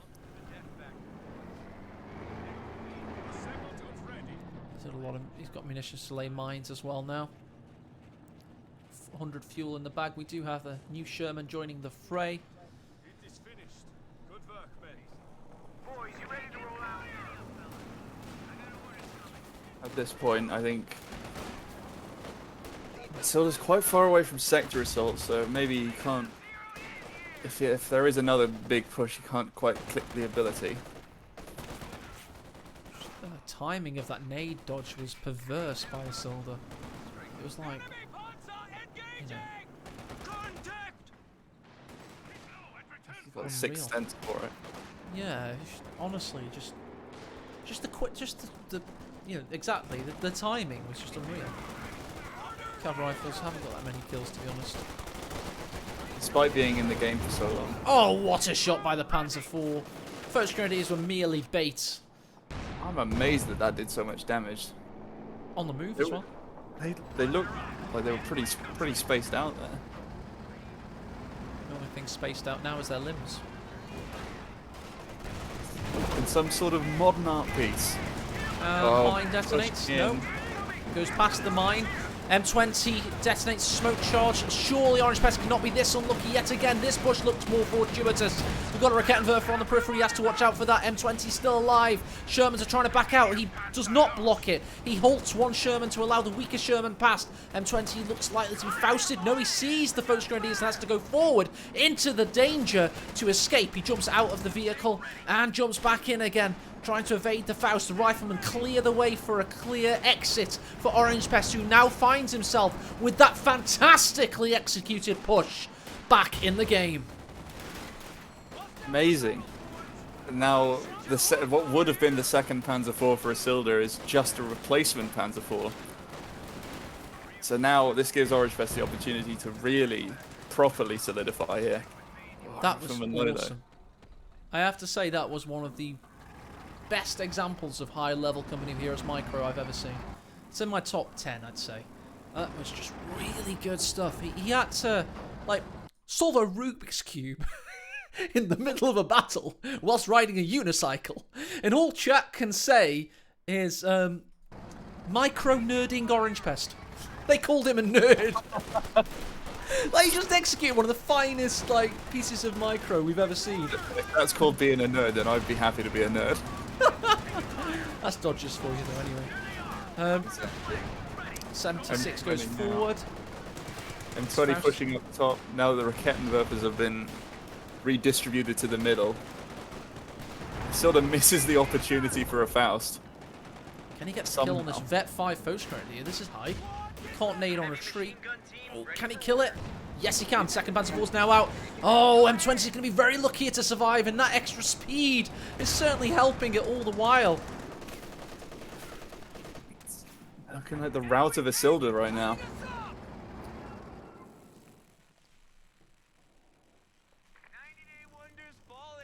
Kimbo and Chad trolling a little bit, I think, saying Orange God is he can't keep up in a best of 5.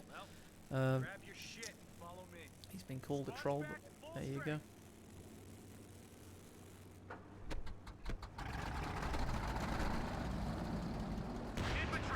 There's those comments for you from the chat.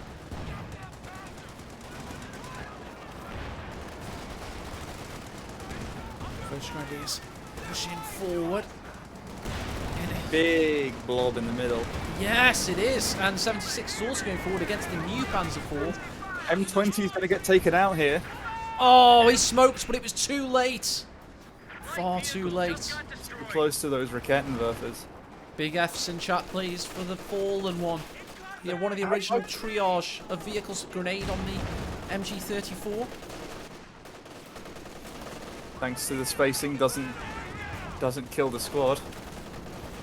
Orange Pest is trying a little bit too hard here. Needs to calm down a bit. Sherman goes forward. Rakettenwerfers are not situated correctly.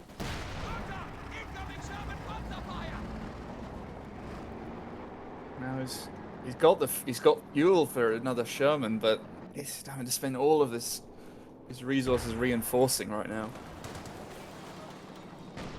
Oh, It's only his Silver's- vehicles out on the field. Yeah. Okay, he's got enough fuel for another Sherman as Orange Pest, but he just has to reinforce everybody.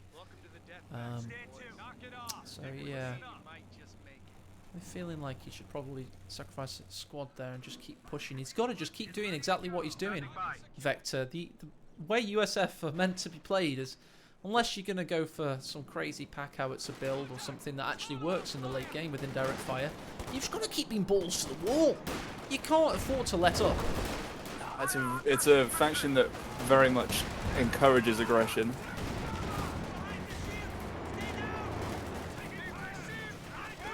Cavalry Rifleman continue the fray. Is he trying to get a major artillery barrage off? Yes, he is. He gets it on Now. these Rakettenwerfers. He may not have any non-doctrinal rocket artillery, but he has the major barrage that misses.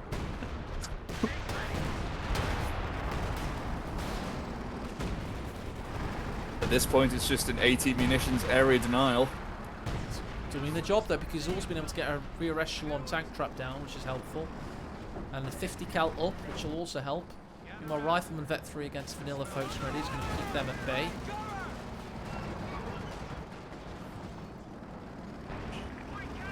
Not much on the right to defend against the Sherman. Huge HE shell there. Yeah, a lot of health damage to that, folks. Alright, he's climbing his manpower train again. Got a lot of fuel now, Orange Pest for certain. Objective secured. Get ready to displace. He's not reinforcing the squads that are in base, so he's definitely going for another Sherman at this point. Cobalt in chat asks what is the KD. Well, we can show you right now that it's pretty decent for Orange Pest, but Isildur leads by a small amount. Double Rakettenwerfers versus this AFK Sherman. What is he thinking? Got the Panzer IV on the prowl as well. Where's the backup? There's barely anything. Now's the time to use the bridge. Oh, he's not going to do it. Panzer IV pursuing. Rakettenwerfers missed thanks to the small amount of elevation there for the bridgehead. Oh, escapes.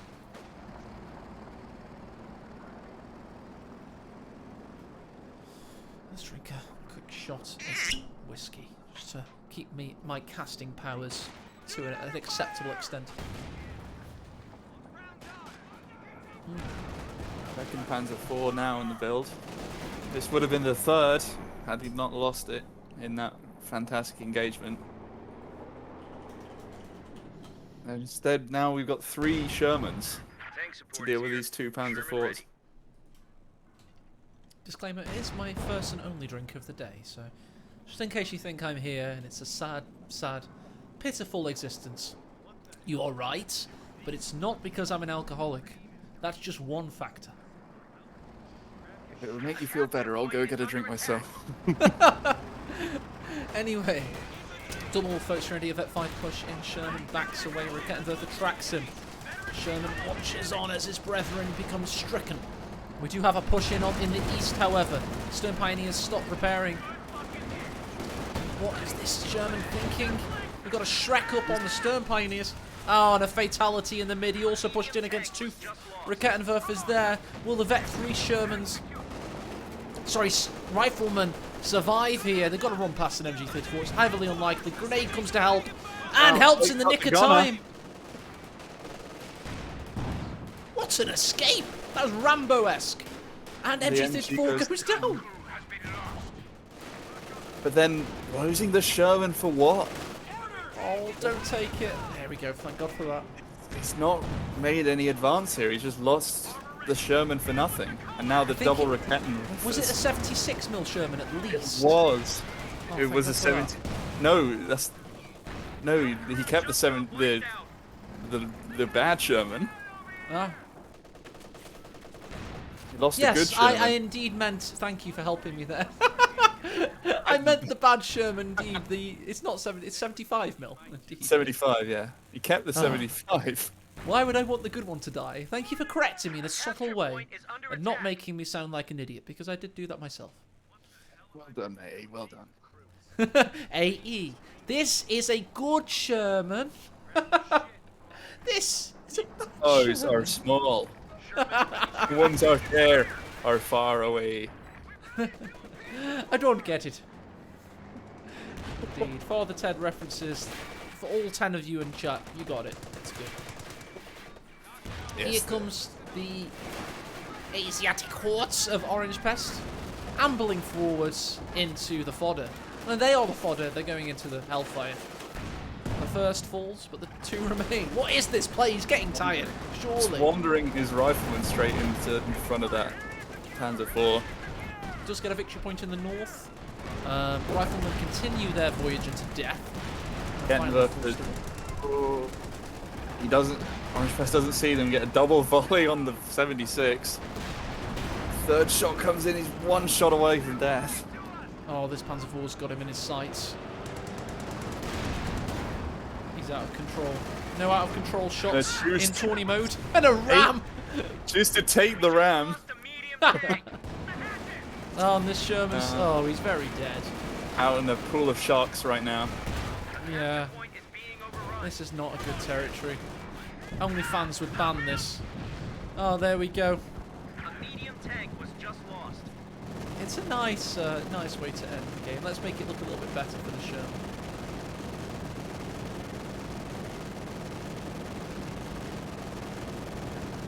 As we see Isildur march into the upper bracket finals, importantly, he has a thumbnail for YouTube, and I think we can all call it a day there. What a great day of action we've had.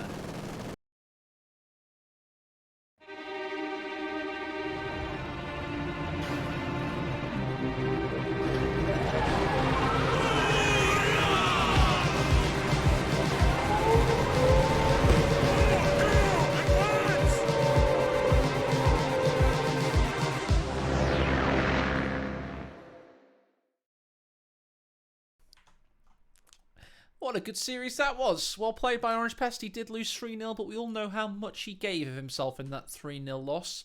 He played to the maximum of his capabilities, and he gave it a bloody good go. So well played, good sir.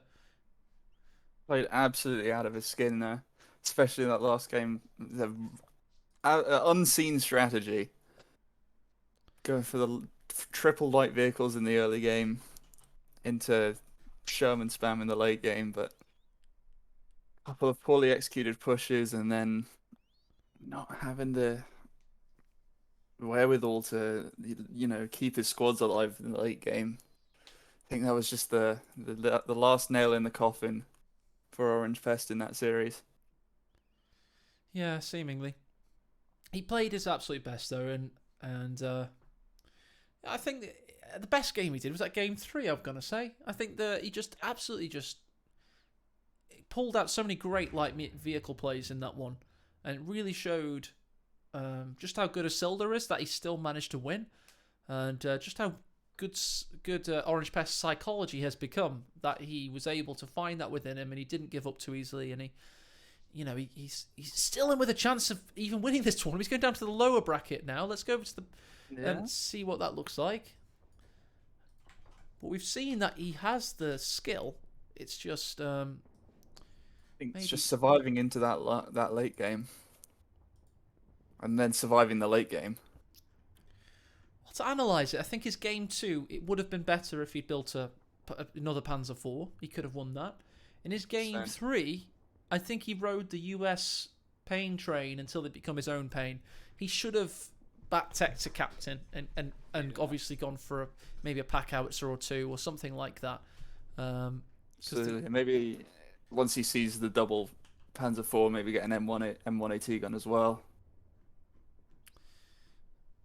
We do now have Isildur versus Kimbo next Saturday.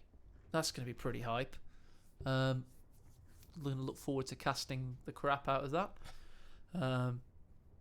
Big shout out to Vector today. I'm not going to do that on stream, but let me get twitch.tv/co2_Vector up. There we go. So everyone go and give Vector a follow. He's obviously a damn good caster and does a lot of content that's pretty exciting to watch. He's got good levels of exciting to watch. It's well, it's all relative anyway. You've been doing your own events so recently, government issue, Discord prize fights and all sorts. So go and give him a juicy follow. He's got 22 followers now. I'm now amongst them. So if we all go and follow him, we can watch this rise in real time. So let's just keep refreshing and see what it says now. 25. 3 of you have a soul. Very good. So Vector's giving you 5 hours of his day to cast this for you. Blood, sweat, toil, and tears. And all we can only get 3 followers. 3. Look, is that it? Is that what you have to say for yourselves, co-chat? Look, Kimbo, I know. I play Minecraft. Cringe. I used to love Minecraft. Back in the day, it was one of the reasons I failed university. 1 more. Are you effing me? That was Ed. I knew Ed was going to follow. Ed's got a soul. He's a good chap. He's even got coronavirus. He followed and he's got coronavirus as we live and breathe. What is happening to this world? Incredible. Thanks. Another one. You're worth 5 hours. It's a follower per hour of your time, Vector. I think that's about what I'd expect when it comes to my content. Nah, It's it's yours. fine. It's perfectly fine. We have a good amount of viewers today against the titans of the gaming community, such as Kokachavchanka and Alastor. Very good. I'm going to mute the stream whilst I ask Vector a question very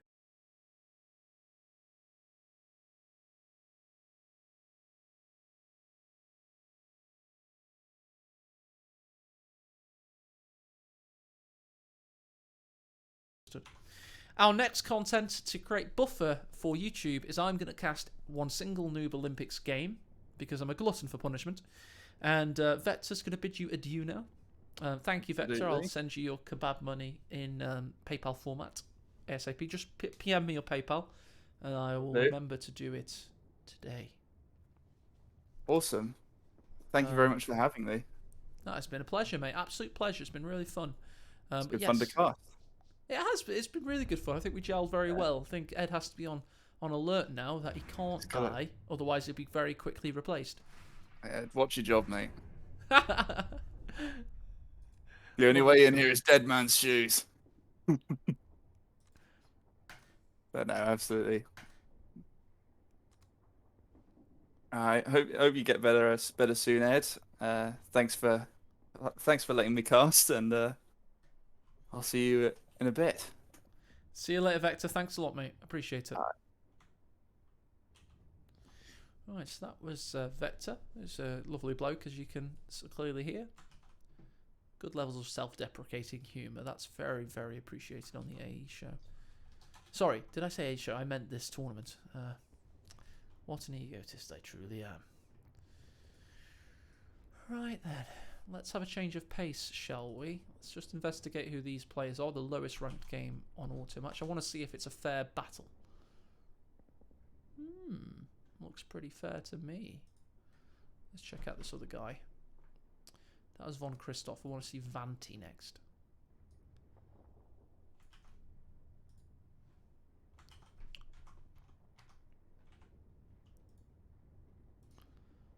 Alright, next one.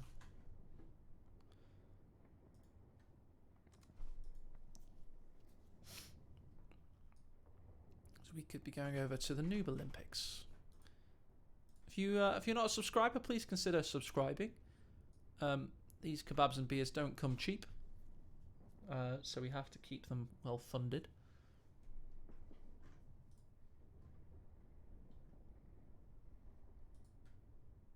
Okay, Vanti's going to crush him. That's pretty a mismatch there. Now we're talking. That's better. Brad 007 versus Jalalalo. We've got a Texan in Brad. I'll show you guys what I'm seeing, shall I?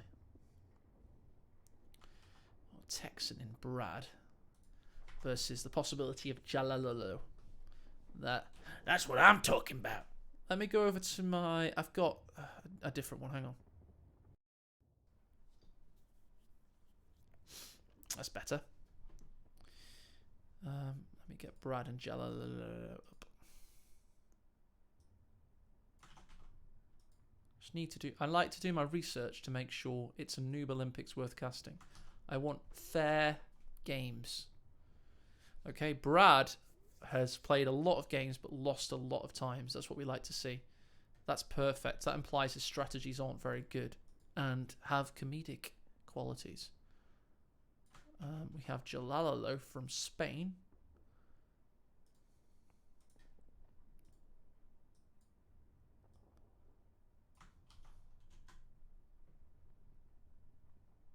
Who has also played a lot of times and lost a lot of games. This is perfect. This is what we came to see.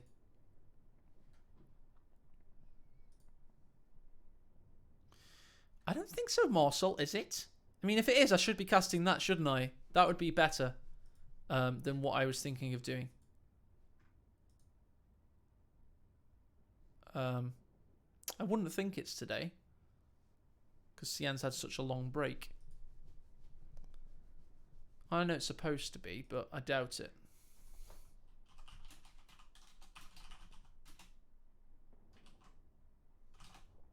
Let me message Olvedi.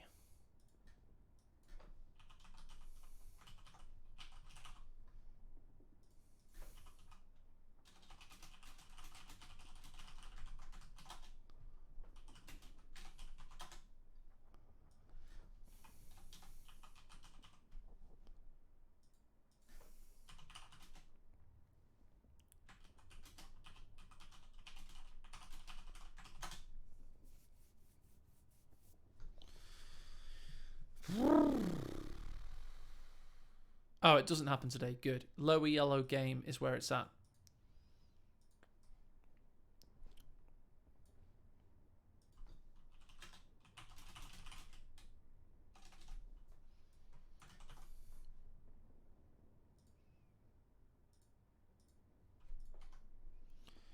Jalolo. Jalolo. La. Okay, lads. Let us voyage into the Nether Realms.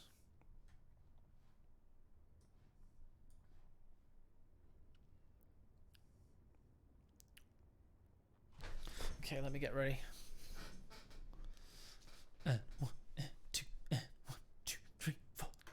The Noob Olympics may contain dangerously low-level play and mostly sarcastic commentary. The strategy should only be attempted by absolute beginners and the video watched for entertainment purposes only.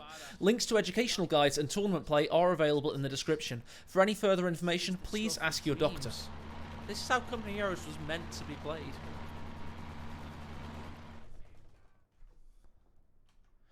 Hello there and welcome to the Noob Olympics. We're loads of guys on Twitch that have just been watching the likes of Isilda, Orange Pest, Kimbo, etc. And we're going to create a bit of filler content for YouTube purposes. So what that means is I'm going to pad the previous series out. And how am I going to pad it out, you might ask? Well, as you may have already guessed, it's with a very low ELO game. And oh boy, do I have a possible doozy for you. We've got Jalolo, who's tried a lot in Automatch, and we're going to point out where he may be going wrong. And he's lost a lot. Or we possibly have Brad, who similarly has tried a lot and lost a lot.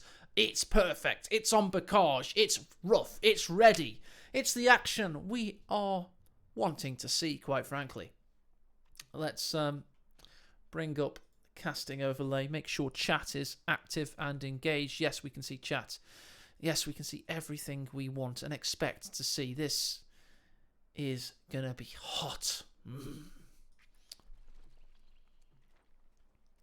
And starting in the southwest corner, it's Brad 007. It's live, but he does not know it's live. When will he become alive? He's playing as the OKW. He's waiting for his manpower to hit a certain number, and upon that certain number, he will spring into action with furious vengeance and fierce anger. But that time has not come. He has 4 staunch Sturm pioneers of the Reich. Their Sturmgewehrs locked, loaded, and ready for war. And as soon as this game hits 40 seconds, he will consider playing. No, he wants to collect. He wants to choose his commander before eliciting his first action. He has chosen First Sturm Doctrine. He has pushed his Sturm Pioneers into battle. And he's up against, in the northeast red kind of zone thing, Jalalolo. He's playing as, that's right, Tactical Sport Company with the Sherman Calliope as a possibility. It's a damn fine commander for a very, very green and open map with LMGs and all sorts of things. This is low ELO Legends. No, hang on. It's the Noob Olympics. The Bronze League, or even lower than Bronze League. I don't know how low it goes, but it's basically the lowest rank Automatch game in 1 versus 1 right now. And this is what we expect to see. There may be sarcasm afoot. We certainly know these Sturm Pioneers know which way to go. It's not this way, it's this way up here. And that's where they're going to go next. Lovely stuff. Brad, with his Führersturm, has the possibility of blitzing at him with an Opel Blitz truck. A rocket barrage, or definitely a Flammenpanzer 38 Hetzer, the hateful one. We watched some great tournament action today, so I'm probably going to upload this to YouTube in the midweek. Well, I'll probably end up getting more views than the great tournament action we've watched, and that's just how you dirty YouTube filthy casuals work. You're like, Orange Pest killing himself to fight against Isilda, the best player of all time. Nah, Noob Olympics, insta-click, get in there. If you're one of those filthy casuals, give me a shout out in the YouTube comments. Always good to sneer at you from our high castle in Twitch chat. This is Prime Play. What he's doing here is cultivating crops. This is agriculture at its very finest. He's just sowing the seeds of Brad's future destruction. Stern Pioneers cannot finish Fortress Berlin. They have to rescind their position. 2 Stern Pioneers lacking. Meanwhile, with this Stern Pioneer, definitely capped this munitions. It's not done much else, but that's definitely happened. Riflemen push forwards, some of them facing the wrong way, but these ones definitely primed and ready for action. Meanwhile, we're going to go on a cheeky Noob Olympics ×2 just to get closer to the next time somebody fires a gun. Because right now, mine! Oh, what a mine! Love it. He's planted a mine there that's definitely not going to be detonated at any point ever. Fortress Grenadiers are thinking of closing the pocket. Riflemen smell them. Their dirty jackboots soliciting a foul stench. Pushes up and gets that on the move non-accuracy, then runs away. Schwerpanzer Schlepper pushes out. Tell you what though, we've had another mine laid, so this Brad guy clearly knows that mines win games. That's Aecohmatt in chat for a sick mines win games emote.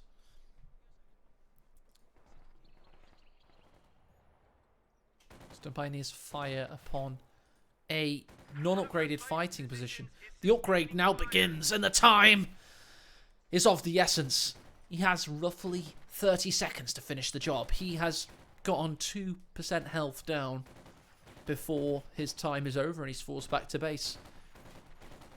Will win this immortal confrontation. Fighting Pit versus Stern Pioneers in a battle as old as time. Is that another mine? Oh, he's laying this mine. He's screwing it into the ground. All 4 plates. And we have... Oh my god, the riflemen are coming. And they're rocked ready. But guess who else is ready? The fighting position. Can he get past the cone of fire? No, he has to run through it. And they're gunned down like Schweinhund.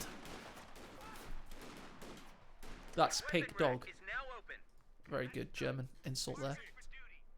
Surprised there's no mines on this territory sector. Retreats back to base. He's good. He wants to preserve his manpower. Joking aside, it's probably good to preserve your manpower. Got a very forward battle group headquarters there. He's going for it. He wants the field medics and the ISG to follow. Tell you what, this game's going to go on for a while. I know we've had the victory points for Jalalo so far. He's going to be healing on the field of combat now. Healing whilst he dies. You could use the cow as cover, perhaps. Not sure this player's ever particularly heard of cover, but he's definitely heard of mines. Let's go down to ×1 speed as we've got the action starting to bristle over here. Boil over is probably the phrase I should be using there. Rakettenwerfer firing upon them. That was an attack ground. He's attack grounding them. Brad, with prioritized vehicle on, is attack grounding them with Rakettenwerfer. What a G-man. This guy's gangster. I love it. Girls love a thug, don't they? And I love this guy. He doesn't give a crap. Great micro being utilized and shown. Triple cap in, though. That's not good for Brad. Jalalalo is, with very few units utilized, I must say. Use a lot of caches and fighting. If you're wondering where his units have been spent, it's a very low kill game. Very low kill. He's lost three individual soldiers thus far. And that's because he's building a lot of fighting positions. A lot of them. This is going to be a triple cap victory. You mark my words. Unless this ISG and Rakettenwerfer combo can start firing kind of now. We know he knows how to attack ground. Can he get the kills he needs, though? Can he do it? This guy could be royally screwed. Whoa, whoa, whoa, whoa. This guy. There's the ISG. Oh, he's flaming him. But he missed. There we go. That's better. Now the Rakettenwerfer's going to start firing as well. This guy's played a 4v4, so you can tell. What a legend. His infantry's ready for war as well soon. Look at the damage there. If only his Rakettenwerfer was firing. Oh, Flammenwerfer's on the go as well. So much damage from the incendiary rounds. It's quite 20 munitions, and then the Raketwerfer does finish off when he has sight. Considering we definitely know he knows how to attack ground, that's surprising, but regardless, MG34 pushes up. He's definitely going to have this victory point in the near future. Sturmgewehr's looking for a sick flank as the riflemen line up with the captain ushering them on. Another fighting position, this time on the southern victory point. He's not disturbed from his position. He wants the fighting positions. He's seen what Brad has to offer by way of incendiary rounds, and he doesn't care. He wants to keep going. Big round there from the ISG. A lot of health damage and a fatality. MG34 is getting forced back now, though. Are they getting forced back to here? Yes, they are. Oh, no. He hasn't got the retreat point yet. He's manually getting them to the battle group headquarters, which just save time. But he still has to run all the way back. He could do with a retreat point there, probably, if that's his tactic. Just because it's so low, it's so difficult to micro at this level. So it's just a helper, quite frankly. Who's your money on, chat? Jalolo or Brad? Where do you think this one's headed? Where is it headed? Can I get a poll, please? Can I get anything? Can you give me anything? What can you give me? That's what I want to know. Ah, munitions cache from Jalolo. He put a... He's got another cache. That's another munitions. This guy's going munitions mad. He's got 52 income per minute. And there's a fuel... I didn't realise just how many caches have been put down. Fighting positions and caches. If it moves, he doesn't want to know. He does not care about building things that can move. He wants the immobile. My money's on Brad 007. Let's have a look at this poll, see how it's going. Thanks to the subscription, Commander Coolness. What a cool guy. The fighting pit's about to go down to Brad. Here. Brad on the rampage.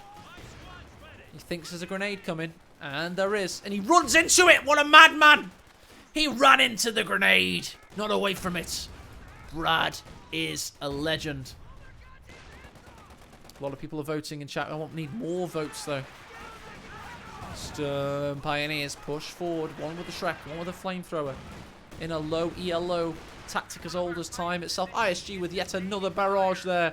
Fighting pits are being demolished. You might as well start a private business called Fighting Pit Demolishment Expertise. Soul. The smart money's on Brad, Join Slot says. I can't disagree, quite frankly. I cannot. And I will not disagree. They push forward. Brave soldiers of the American Empire.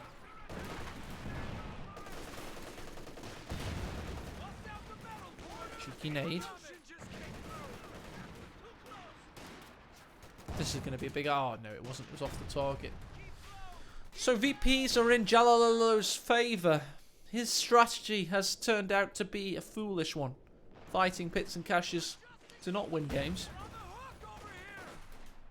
They just allow your superior 4v4 teammates to play better with more tanks.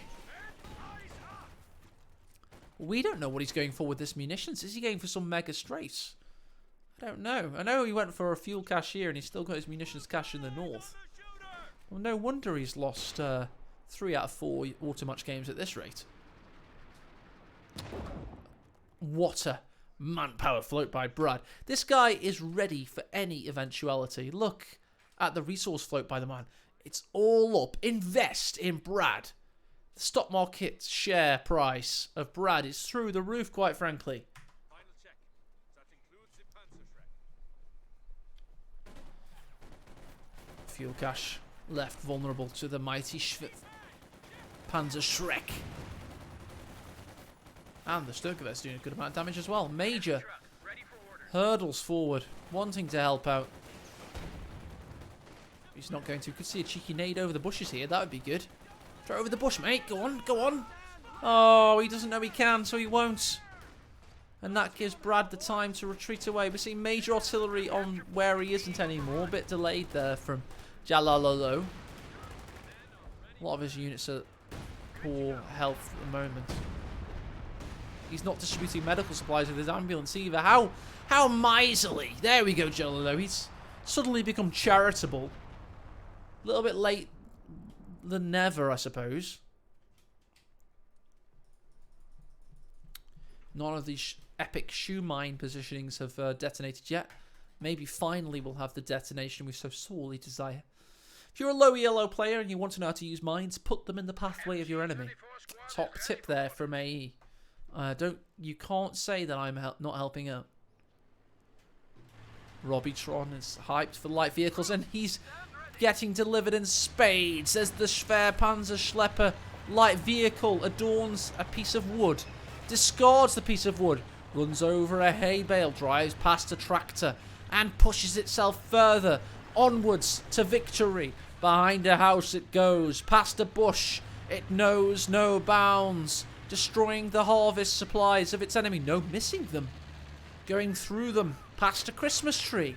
No Christmas for Jalalo, Christmas is cancelled. He goes onwards, he goes further, and finally he sets up. He's converting to a Schwerpanzerschlepper truck. Meanwhile, we have another ISG barrage, but this one might be a bit too far forward, I'm thinking. He's set up in the Luftwaffe base. He's got a Raketenwerfer, Sternpining, an ISG, all way too far forward. They're behind heavy cover. But I never foresaw this being used when I helped K-Pen make this map better. Tell you what though, this rifleman's going to lose out here. Grenades get tossed behind the trenches. No damage done. ISG is left vulnerable. Raketenwerfer retreats. MG34's late to the party. ISG's trying to get out of there, but he's been gunned down like a dog in the streets. MG34 will save the day, however. Where's this? It's facing the wrong way. Maybe the threat is to the south. Maybe he knows something we don't. Could be these trees. Those fateful trees in the distance. What do they represent? Tell us, Brad. Tell us what they mean. The numbers, Mason. What do they mean? Exactly. Raketenwerfer. What the hell am I on about? I've been casting since 2 o'clock this afternoon. It's now 8. Rear echelon pushes forward. Major artillery on the MG. Surely his infantry's going to be there. By the way, we've had an M5 half-track used solely for reinforcement thus far. Must be. There's no other purpose for it. Schwer's now ready. Soon, anyway. And he's queuing up the Flammenhetzer immediately. He doesn't want to F around here. Obersoldaten. And an extra folks on the way. Felix points out a second folks grenadier at 16 minutes. Indeed it is, my friend. This is what we get with low yellow legends, Bronze League Company heroes, the Noob Olympics. Obersoldaten entering the field through a sneaky back passage. Flammenwerfer building. Oh my, Brad wants this game, but he's not been able to drain his opponent of a single victory point yet. He's a crowd favourite. Look what he's queuing up, guys. Look at that. You would bust a nut for a build order like that. He's going Flammenhetzer, Flak half-track, IR half-track. You can't beat that kind of production levels. He has it all planned. The demise of Jalalalo. MG34. You see what he means? This is what he wanted to do, by the way. He wanted to flank with the Obersoldaten. This positioning was deliberate. Bundle nade on the lieutenant. A lot of damage done. Nade easily dodged there. That's on the mine, maybe. This is. And here it comes, that little pyramid of hatred. It's not Aztec. It can certainly burn a few people alive.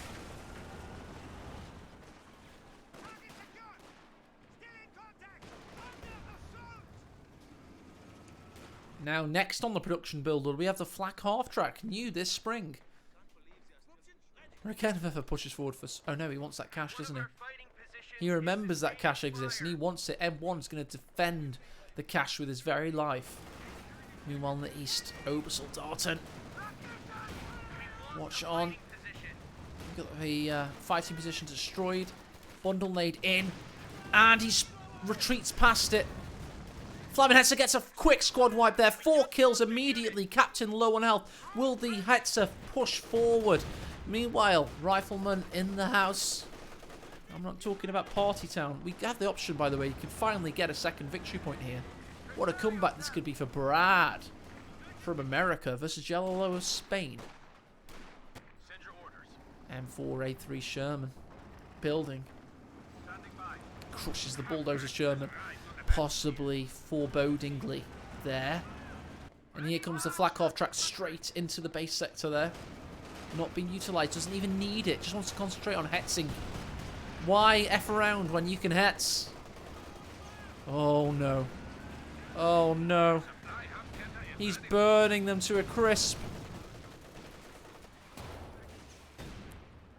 He's been hit though. He's been hit once or twice there. He's been stunned.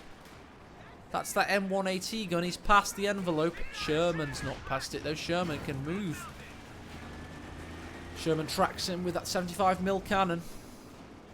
Got the Stern Pioneers Panzerschreck watching on. Let's go back to default view as we see the Hetzer survive seemingly. Hoftruck is next in the targets. Flak Hoftruck opens up against the Rifleman with a bazooka. Sherman's spoiled for choice right now. It's only only the Stern Pioneer. Where's that Rakettenwerfer? It's way out of line. Hetzer's been penetrated there. He's trying to face him. Trying to burn him. And he's taken out. Will the half-track survive, or is this a fox amongst the chickens? Rakettenwerfer opens up. Can he get a Faust off? No, it seems. He's going for the crush as well. He gets it. He crushes an Obersoldaten there. Main gun destroyed. This is live auto match. No tourney mode here. Oh, Tassos. Thank you, Tassos. I thought it was 75mm. My bad.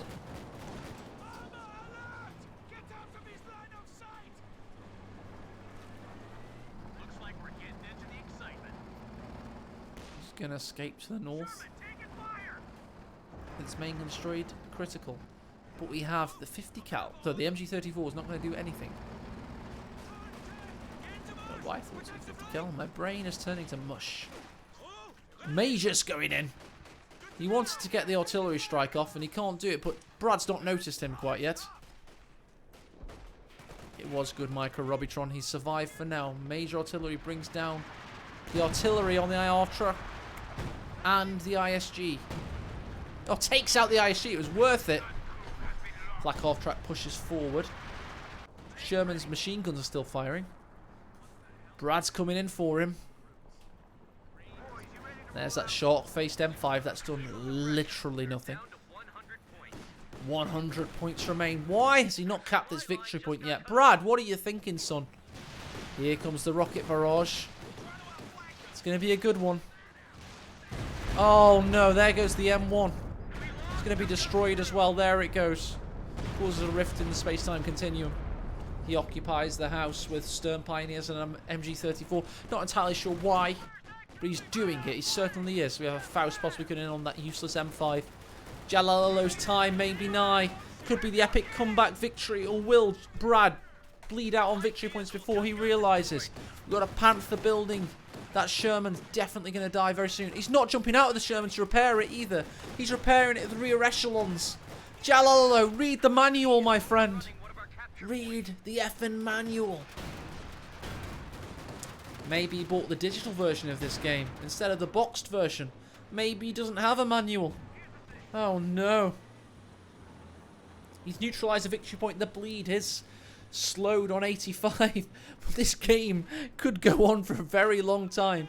Let's times 2 a little bit. And he's realised he hasn't eaten for 5 hours. Alright. Schwerpanzer Schlepper goes forward. He's clearly looking for a King Tiger. He does have the Panther out, however. Hello? Oh, hello, my neighbours.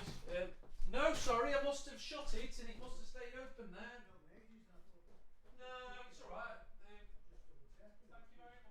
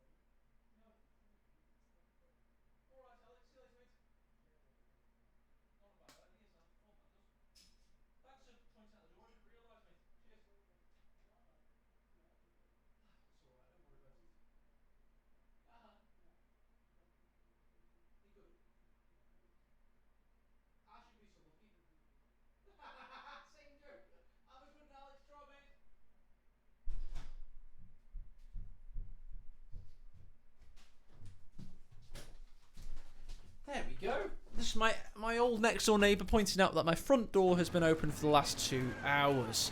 Schwerpan Sniper Panther combo pushes in, but the truck dies. Oh no, he's got bazookas up on his rifles. This Panther exposes Helping Hand's rear armour, but it's not helping him at all. Meanwhile, the victory point's been capped, the central victory point.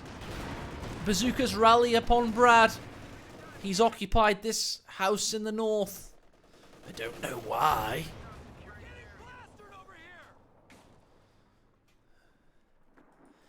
Back in base, Flak awaits the repairs, but he's prioritising the Panther, and he has every right to do so. Just needs to learn to cap victory points. He has this one with a Schwer kind of watching over it. He could even crush the bushes, that'd be cool. There's the superior MG34 positioning that I completely doubted. And here's the cap. He wants to do this in style. He has a cheeky... What is that? What is it? He could pick up that bazooka if he wanted. That'd be pretty cool. Major about to bite the dust to that elite MG34. Look at the manpower income from Jalalo as he loses the Major. He's got 1,500 manpower. He wants the Calliope, I reckon. Well, that's cash bulletins. Can't believe it. I only just noticed. He has fuel caches are 5% cheaper to build. Munitions caches are 5% cheaper to build. This guy's a beast. Oh, he's going for a second Sherman. Oh, I don't know why he went this commander in the end. He's not used a single ability of the commander. Not a single one. MG34 bites the dust. A's cursors back. Thanks, Relic. There goes the MG34. They're all dead. Back on the warpath is Jalolo, though. He's taking this cut off. Maybe one of these MLG mines could finally be utilised. Oh no, he's also devastating it from afar there. About to destroy the battle group headquarters. He's capping a second victory point. 69 kappa points remain for Brad. And he's just got to get on the field. He's repaired all of his vehicles now. He's got no excuse, quite frankly. Needs to observe the win conditions of Company of Heroes, I believe. What a very frustrating episode of Noob Olympics, I think. 3 riflemen in the building for Jalolo. He's not messing around. He's got a massive training campaign. Pooling upon the reserves of the United States Army.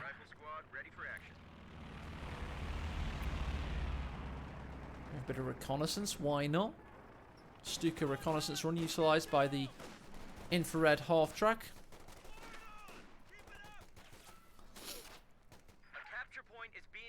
He's driven the Sherman straight into base just to get his marching orders from the Major.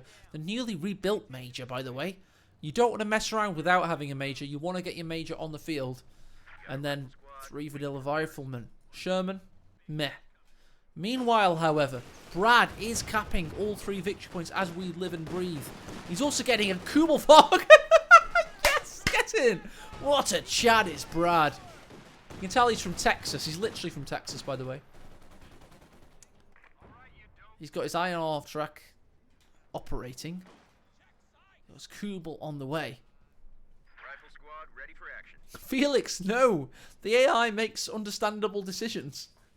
You'll never understand Brad. It's impossible.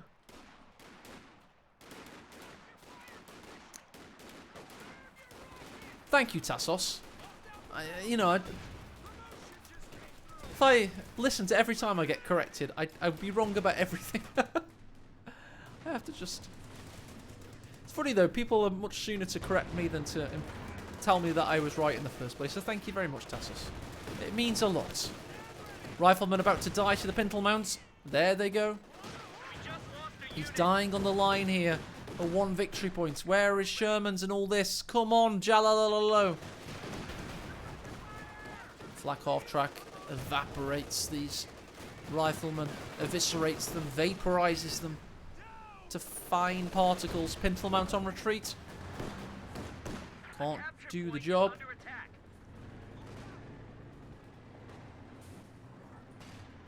Rifleman. Sorry, Folks Grenadiers dom the house. As the Panther pushes his hiney into rear echelons' face. As though to say, I have a large tank, and you're not even using yours. Come on, Jalalalo. You're so far ahead on victory points, you can surely do this. You need to use your units, bro. The final cache is down. He has no caches left. Flak off track sits on the central victory point, and here comes a huge rocket barrage. Oh no, this could be hideous. It's on his own Panther though, unfortunately for him. Oh, the blob was coming so close. He's going to move into it maybe. That is unfortunate. Kubal goes forward into an horrendous volley of bazooka fire. No, they don't go stationary long enough, but the MGs are enough. Sherman against the garrison here. So many things waiting. This absolute blob of units goes forward with Sherman support. Stern Pioneers haven't stopped building, and they're marooned now. Major could finish him off with his service revolver. Or probably M19. Ah, it's the Sherman that does the job. What's the Colt machine pistol that he has? What's it called? I can't remember. It's the most famous pistol in the world. Yeah, M19. I was right. I should trust myself more. Clearly. Mine finally detonates. It hurts one rear echelon. Bazookas now on the mechanized regiment headquarters. Flak half-track watches on in horror as the victory point is being capped. We have the Panzer IV building for Brad, but he's suffering out there, ladies and gents. The Panther needs to be repaired. The Stern Pioneers are at it. But the mechanized looks likely to fall. As Jalalalo goes forward. He knows no bounds. He knows no mercy. And he has every reason to think that this is the path to ultimate victory for him. MG34 guns the rifleman down. We have Folks Grenadiers also helping out. Bazooka shots in. Obersoldaten. They're going to pick up the bazooka. That'll help. No, they're going to have to retreat away. Flak watches on as the Panzer IV goes forward. Brad is left with 44 victory points remaining. Can he cap? Can he get one single victory point? He just needs to get to that central victory point and he can save this game. All of his units go forth. He's a hero of the Third Reich. Which is quite a paradoxical thing, really. Back over here is IR half-track is watching over to make sure nothing comes close to the Schwerpanzer headquarters. Expert positioning. Meanwhile, that Sherman he built is still not operated there for Jalalolo.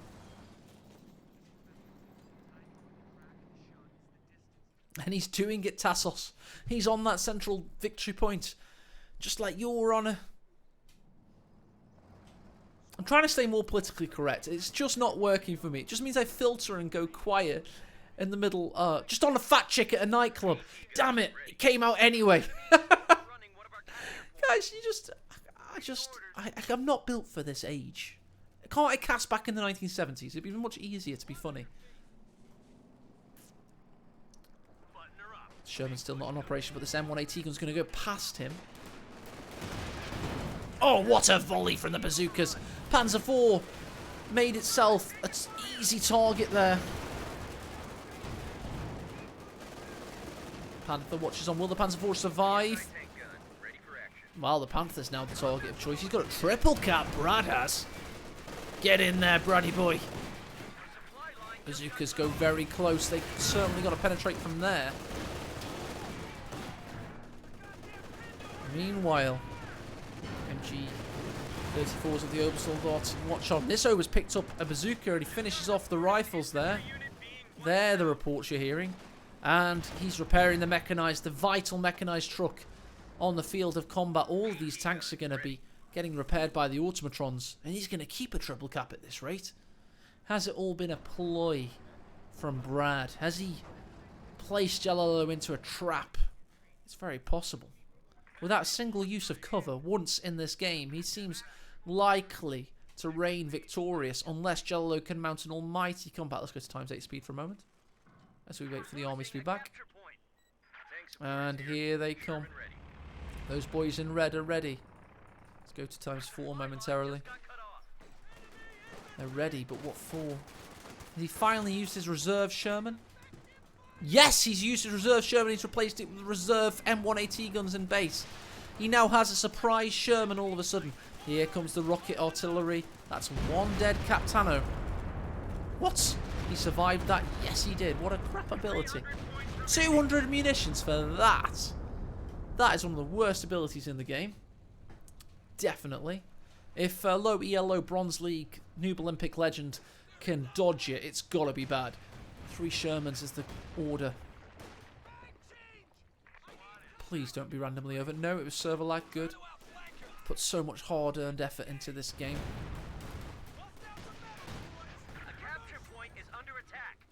He's ready. He's poised for greatness.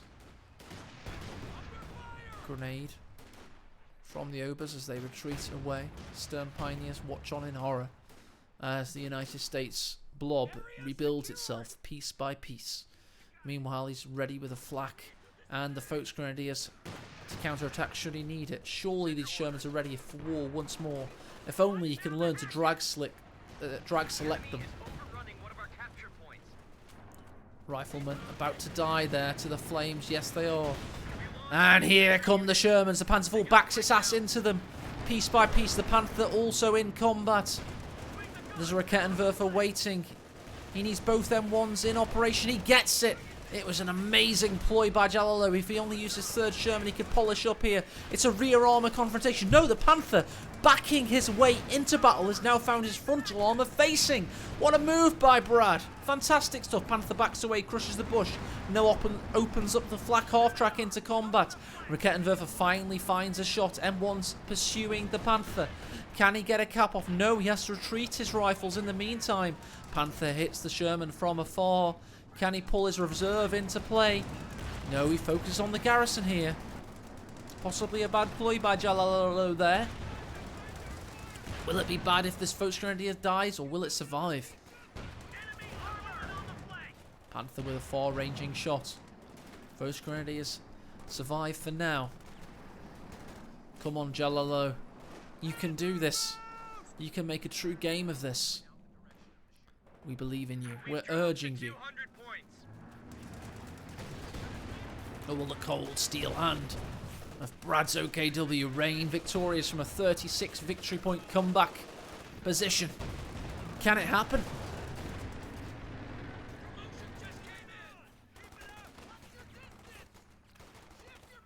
He's pulled another tank. Oh yes, a 2nd Panther. That'll stop the Sherman hordes, won't it? This game has... it's just such an epic contest. He's finally going to come to this No, he's not. He's thinking about it. That's the important thing. He's thinking about going for that victory. And finally, the 3rd Sherman is ready for war. He goes in. And the M1AT gun pushes in for the Panther. And nothing is there to thwart it. The infantry's way too far behind. He's going for a massive Panther kill. He gets a good shot off there, the M1AT gun. And the Sherman pushes in as well.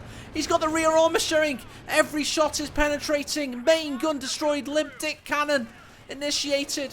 What a play by Jalalo with the M1 taking out the Panther. Oh, Panther of the River, what are your secrets? Meanwhile, we've got another Panther going all the way into base for an exploitation mission. Papier and Bitter, please. Rakettenwerfer taken out. Will he crew? Yes, of course he will. Obersoldaten crew the M1 AT gun and die for the cause, but the M1 AT gun dies anyway. What a play by Jalalo. Meanwhile, the Panther's occupying the bushes and slowly destroying this bunker. What is he doing? Why has he sandwiched himself between the logs in the bunker? We just don't know. Meanwhile, the Sherman's destroying everything he has. What a game this is. I'm so glad I'm wasting my vocal cords on this. The blob goes forward of Brad. Takes down the M1AT gun. Bunker down as well. And he takes the M1. Sherman taking the central victory point. Brad thought he was back in it, but he prioritised delogging. He's anti-deforestation for certain. Delogging's not a word. As the units go forward. He's destroying his own tank! What a mad lad this guy is. This Sherman could be captured. He jumps straight back in though. He was messing with Brad there. Fiercely Panther back from his protest against the logging firms. Destroys the main gun of one Sherman. M1's ready to help out as well with a great shot from the rear there. What a ploy. Sherman's hightail it back to base. Scared of the Panther's prowess. Only one victory point was captured in this historic confrontation. Both Shermans make it to the north side of the pizza base. Is the Panther going to pursue them all the way back? You know, one thing for certain, he's going to rebuild that mechanized regimental headquarters. Is Brad. Come on, Brad, game senses tingling surely. He's wary of the M1. He has every right to be. Oh, and extra rear echelons are on the way. M1 AT gun goes forward. He dodges an aid with the M1. Oh, he can't get the shots away. He deserved that, to be honest. He really needed those shots to get in there. Stern Pioneers continue the cap. What's this, though? P-47. Oh, no. Good reaction to the smoke there, has to be said.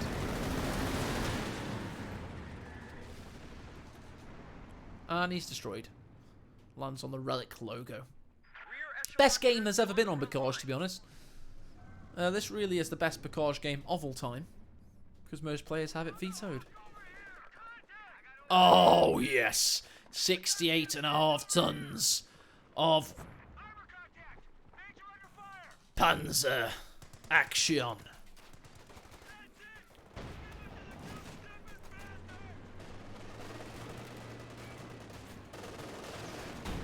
King Tiger's going to end this game for Brad. He's going to demolish him. Unless the captain can cap this victory point. No, the flak half track has him. Rear echelons are doing their duty repairing the Shermans as fast as they will go. Can you hear the ambling of the King Tiger as it goes forward? That huge 88mm cannon is ready to destroy this rifleman. However, they don't, not before they kill the flak half track. And the King Tiger misses. Rifleman will surely retreat now. Nope. They did. Right, the Shermans are ready. This one reverses his way into combat. This one's ready as well. And look at the repair speed of Jalalalo. 1,000 manpower. He doesn't need anything else, though. How can this be contended against? Maybe with an amazing flank from all three Shermans in unison. It's gotta be. It's the only way he can. Yes, he's going to go one over here somewhere. Probably two around there. Come in at once. Schwer goes... Sorry. Truck goes forward. Creating an unholy trinity of world-beating Wunderwaffe. And the IR half-track as well. It's the four horsemen of the Copocalypse. It doesn't get better than this. The Shermans are going to flank them, however. Jallo's going around the rear side. The first shot's missed, but he wants the backside of that King Tiger. All the AT guns are down. He's trying to get around the rear here. Has he got any bazookas on these rear echelons? No, it's carbines all round. Meanwhile, the Panther backs up, and now it's the frontal armour facing. Can he keep driving with the Shermans? No, one shot hit. He needs to pursue here. The truck is in operation as well, urging the King Tiger to victory. King Tiger faces that rear armour foolishly against them. Sherman penetrates. Another one bounces against the front somehow. Rear armour hit there. That'll help out. Sherman's dodging these rounds. We've got rear echelon a capping whilst this goes on. This could be the end of Brad here. He backs away, but no, the Stern Pioneers and First Grenadiers and Opal Soldaten all push in. One with the bazooka. Main gun destroyed there. He's repairing on the field of combat as well.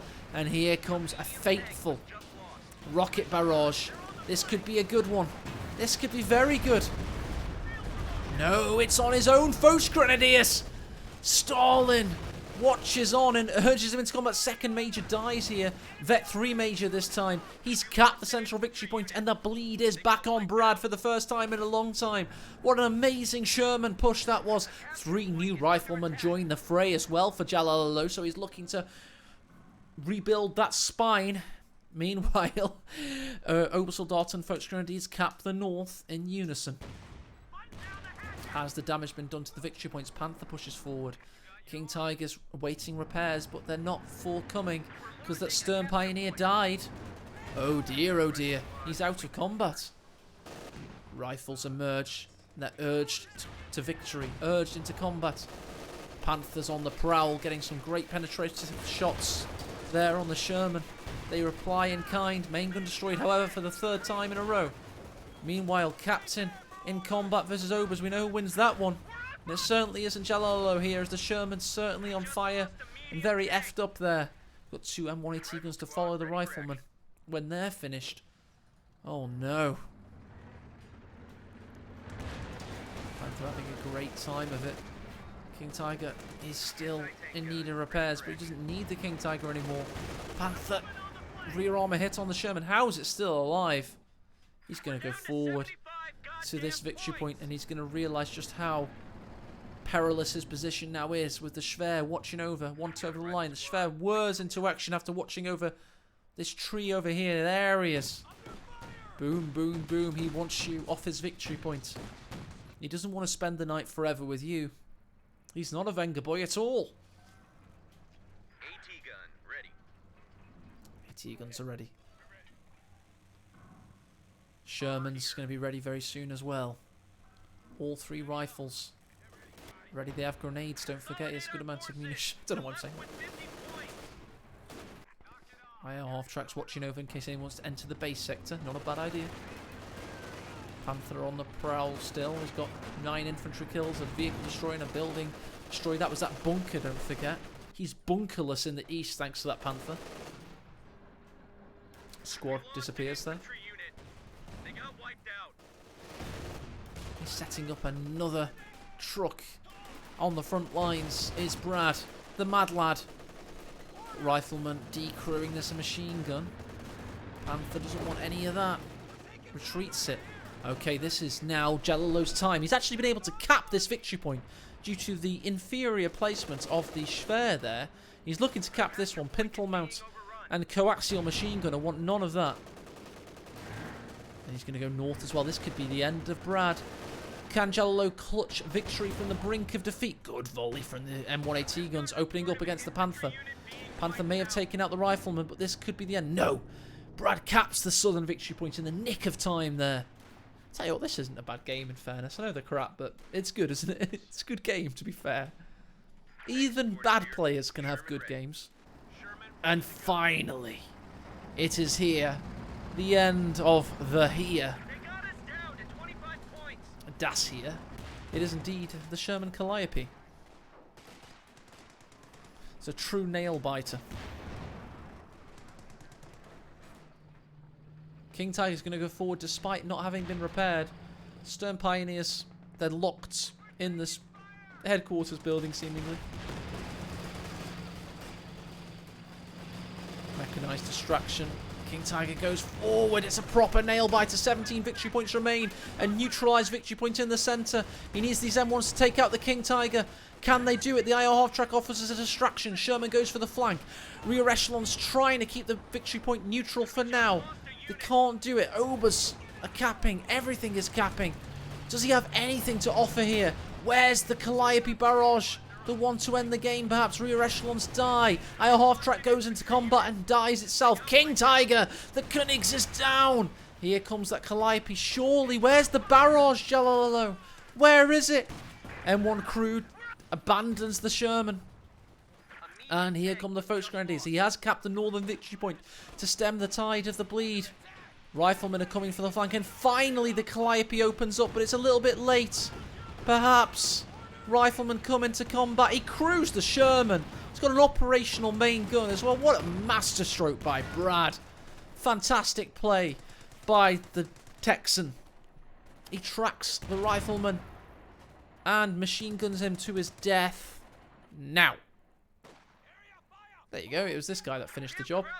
One lone gunner from the grassy knoll. Rifle squad ready for action. He's rebuilding rifles, but his victory points are bleeding out. What a comeback victory for Brad. Point is under attack. Great play. Really is good play. And yeah, this has been the Noob Olympics episode 4. I think it's been an absolute doozy. Well, officially episode 3, but we all know there was a secret episode. Panther goes forward into the heat of battle. He's looking for that Calliope next. Shallow goes in, but his victory points bleed out, and we have Brad is our reigning Olympic heavyweight noob champion. GG, well played. Let's give this game a Master League outro. I don't have that queued up. Okay, it's the wrong overlay. Let's go for this one. The Noob Olympics may contain dangerously low-level play and mostly sarcastic commentary. The strategy should only be attempted by absolute beginners, and the video watched for entertainment purposes only. Links to educational guides and tournament play are available in the description. For any further information, please ask your doctor. This is how Company Heroes was meant to be played.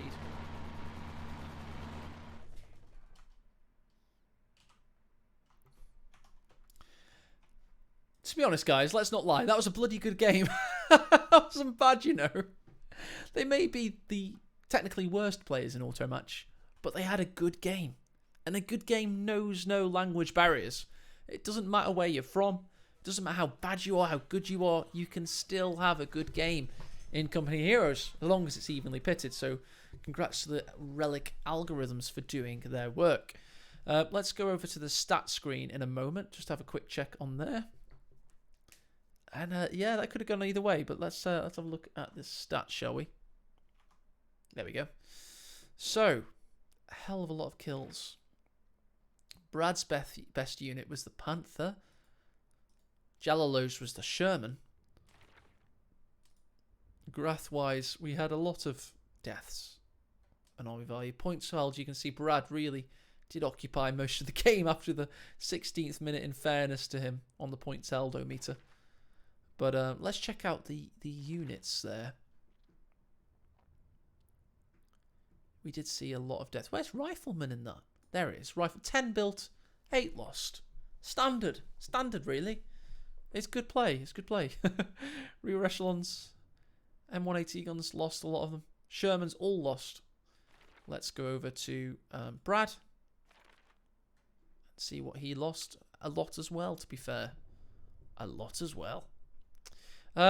Let's just understand the build orders here. Folks, Sturm, Mine, Raketten, MG, Schwer, Obersfolks, Flammenpanzer, Flak-Half-Track, Panther, Obersoldaten, Kubel. Classic build order there. We had Rifle, Grenade, M180 gun Major, but don't forget all this time he was building caches and fighting positions. So to be fair, we need to include fighting positions in his build order. Rifle, fighting position. Munitions cache, fuel cache. That is a 4v4 build order if I've ever seen one. Rifle, fighting positions, cache. Love it. I really do love it. Nubius Nath would be proud of that one. Alright guys, as you can probably tell, I've done enough for today. It's now 8 o'clock. If you enjoyed the stream, please feel free to subscribe, follow.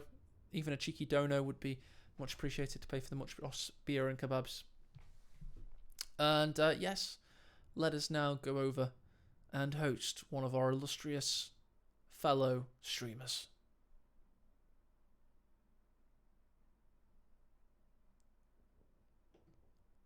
I can see that we've got quite a few people streaming today, actually. We have finished on a high, Brickdock. I think it was a good high, mate. It was a good way to end. Let's go and host Statement, because he hasn't smoked in a while. That's a good reason to host somebody. Well done for not killing yourself. But But cheers, guys. Thank you for watching today. Hope you had a good time. And yeah, cheers. Have a good rest of your weekend.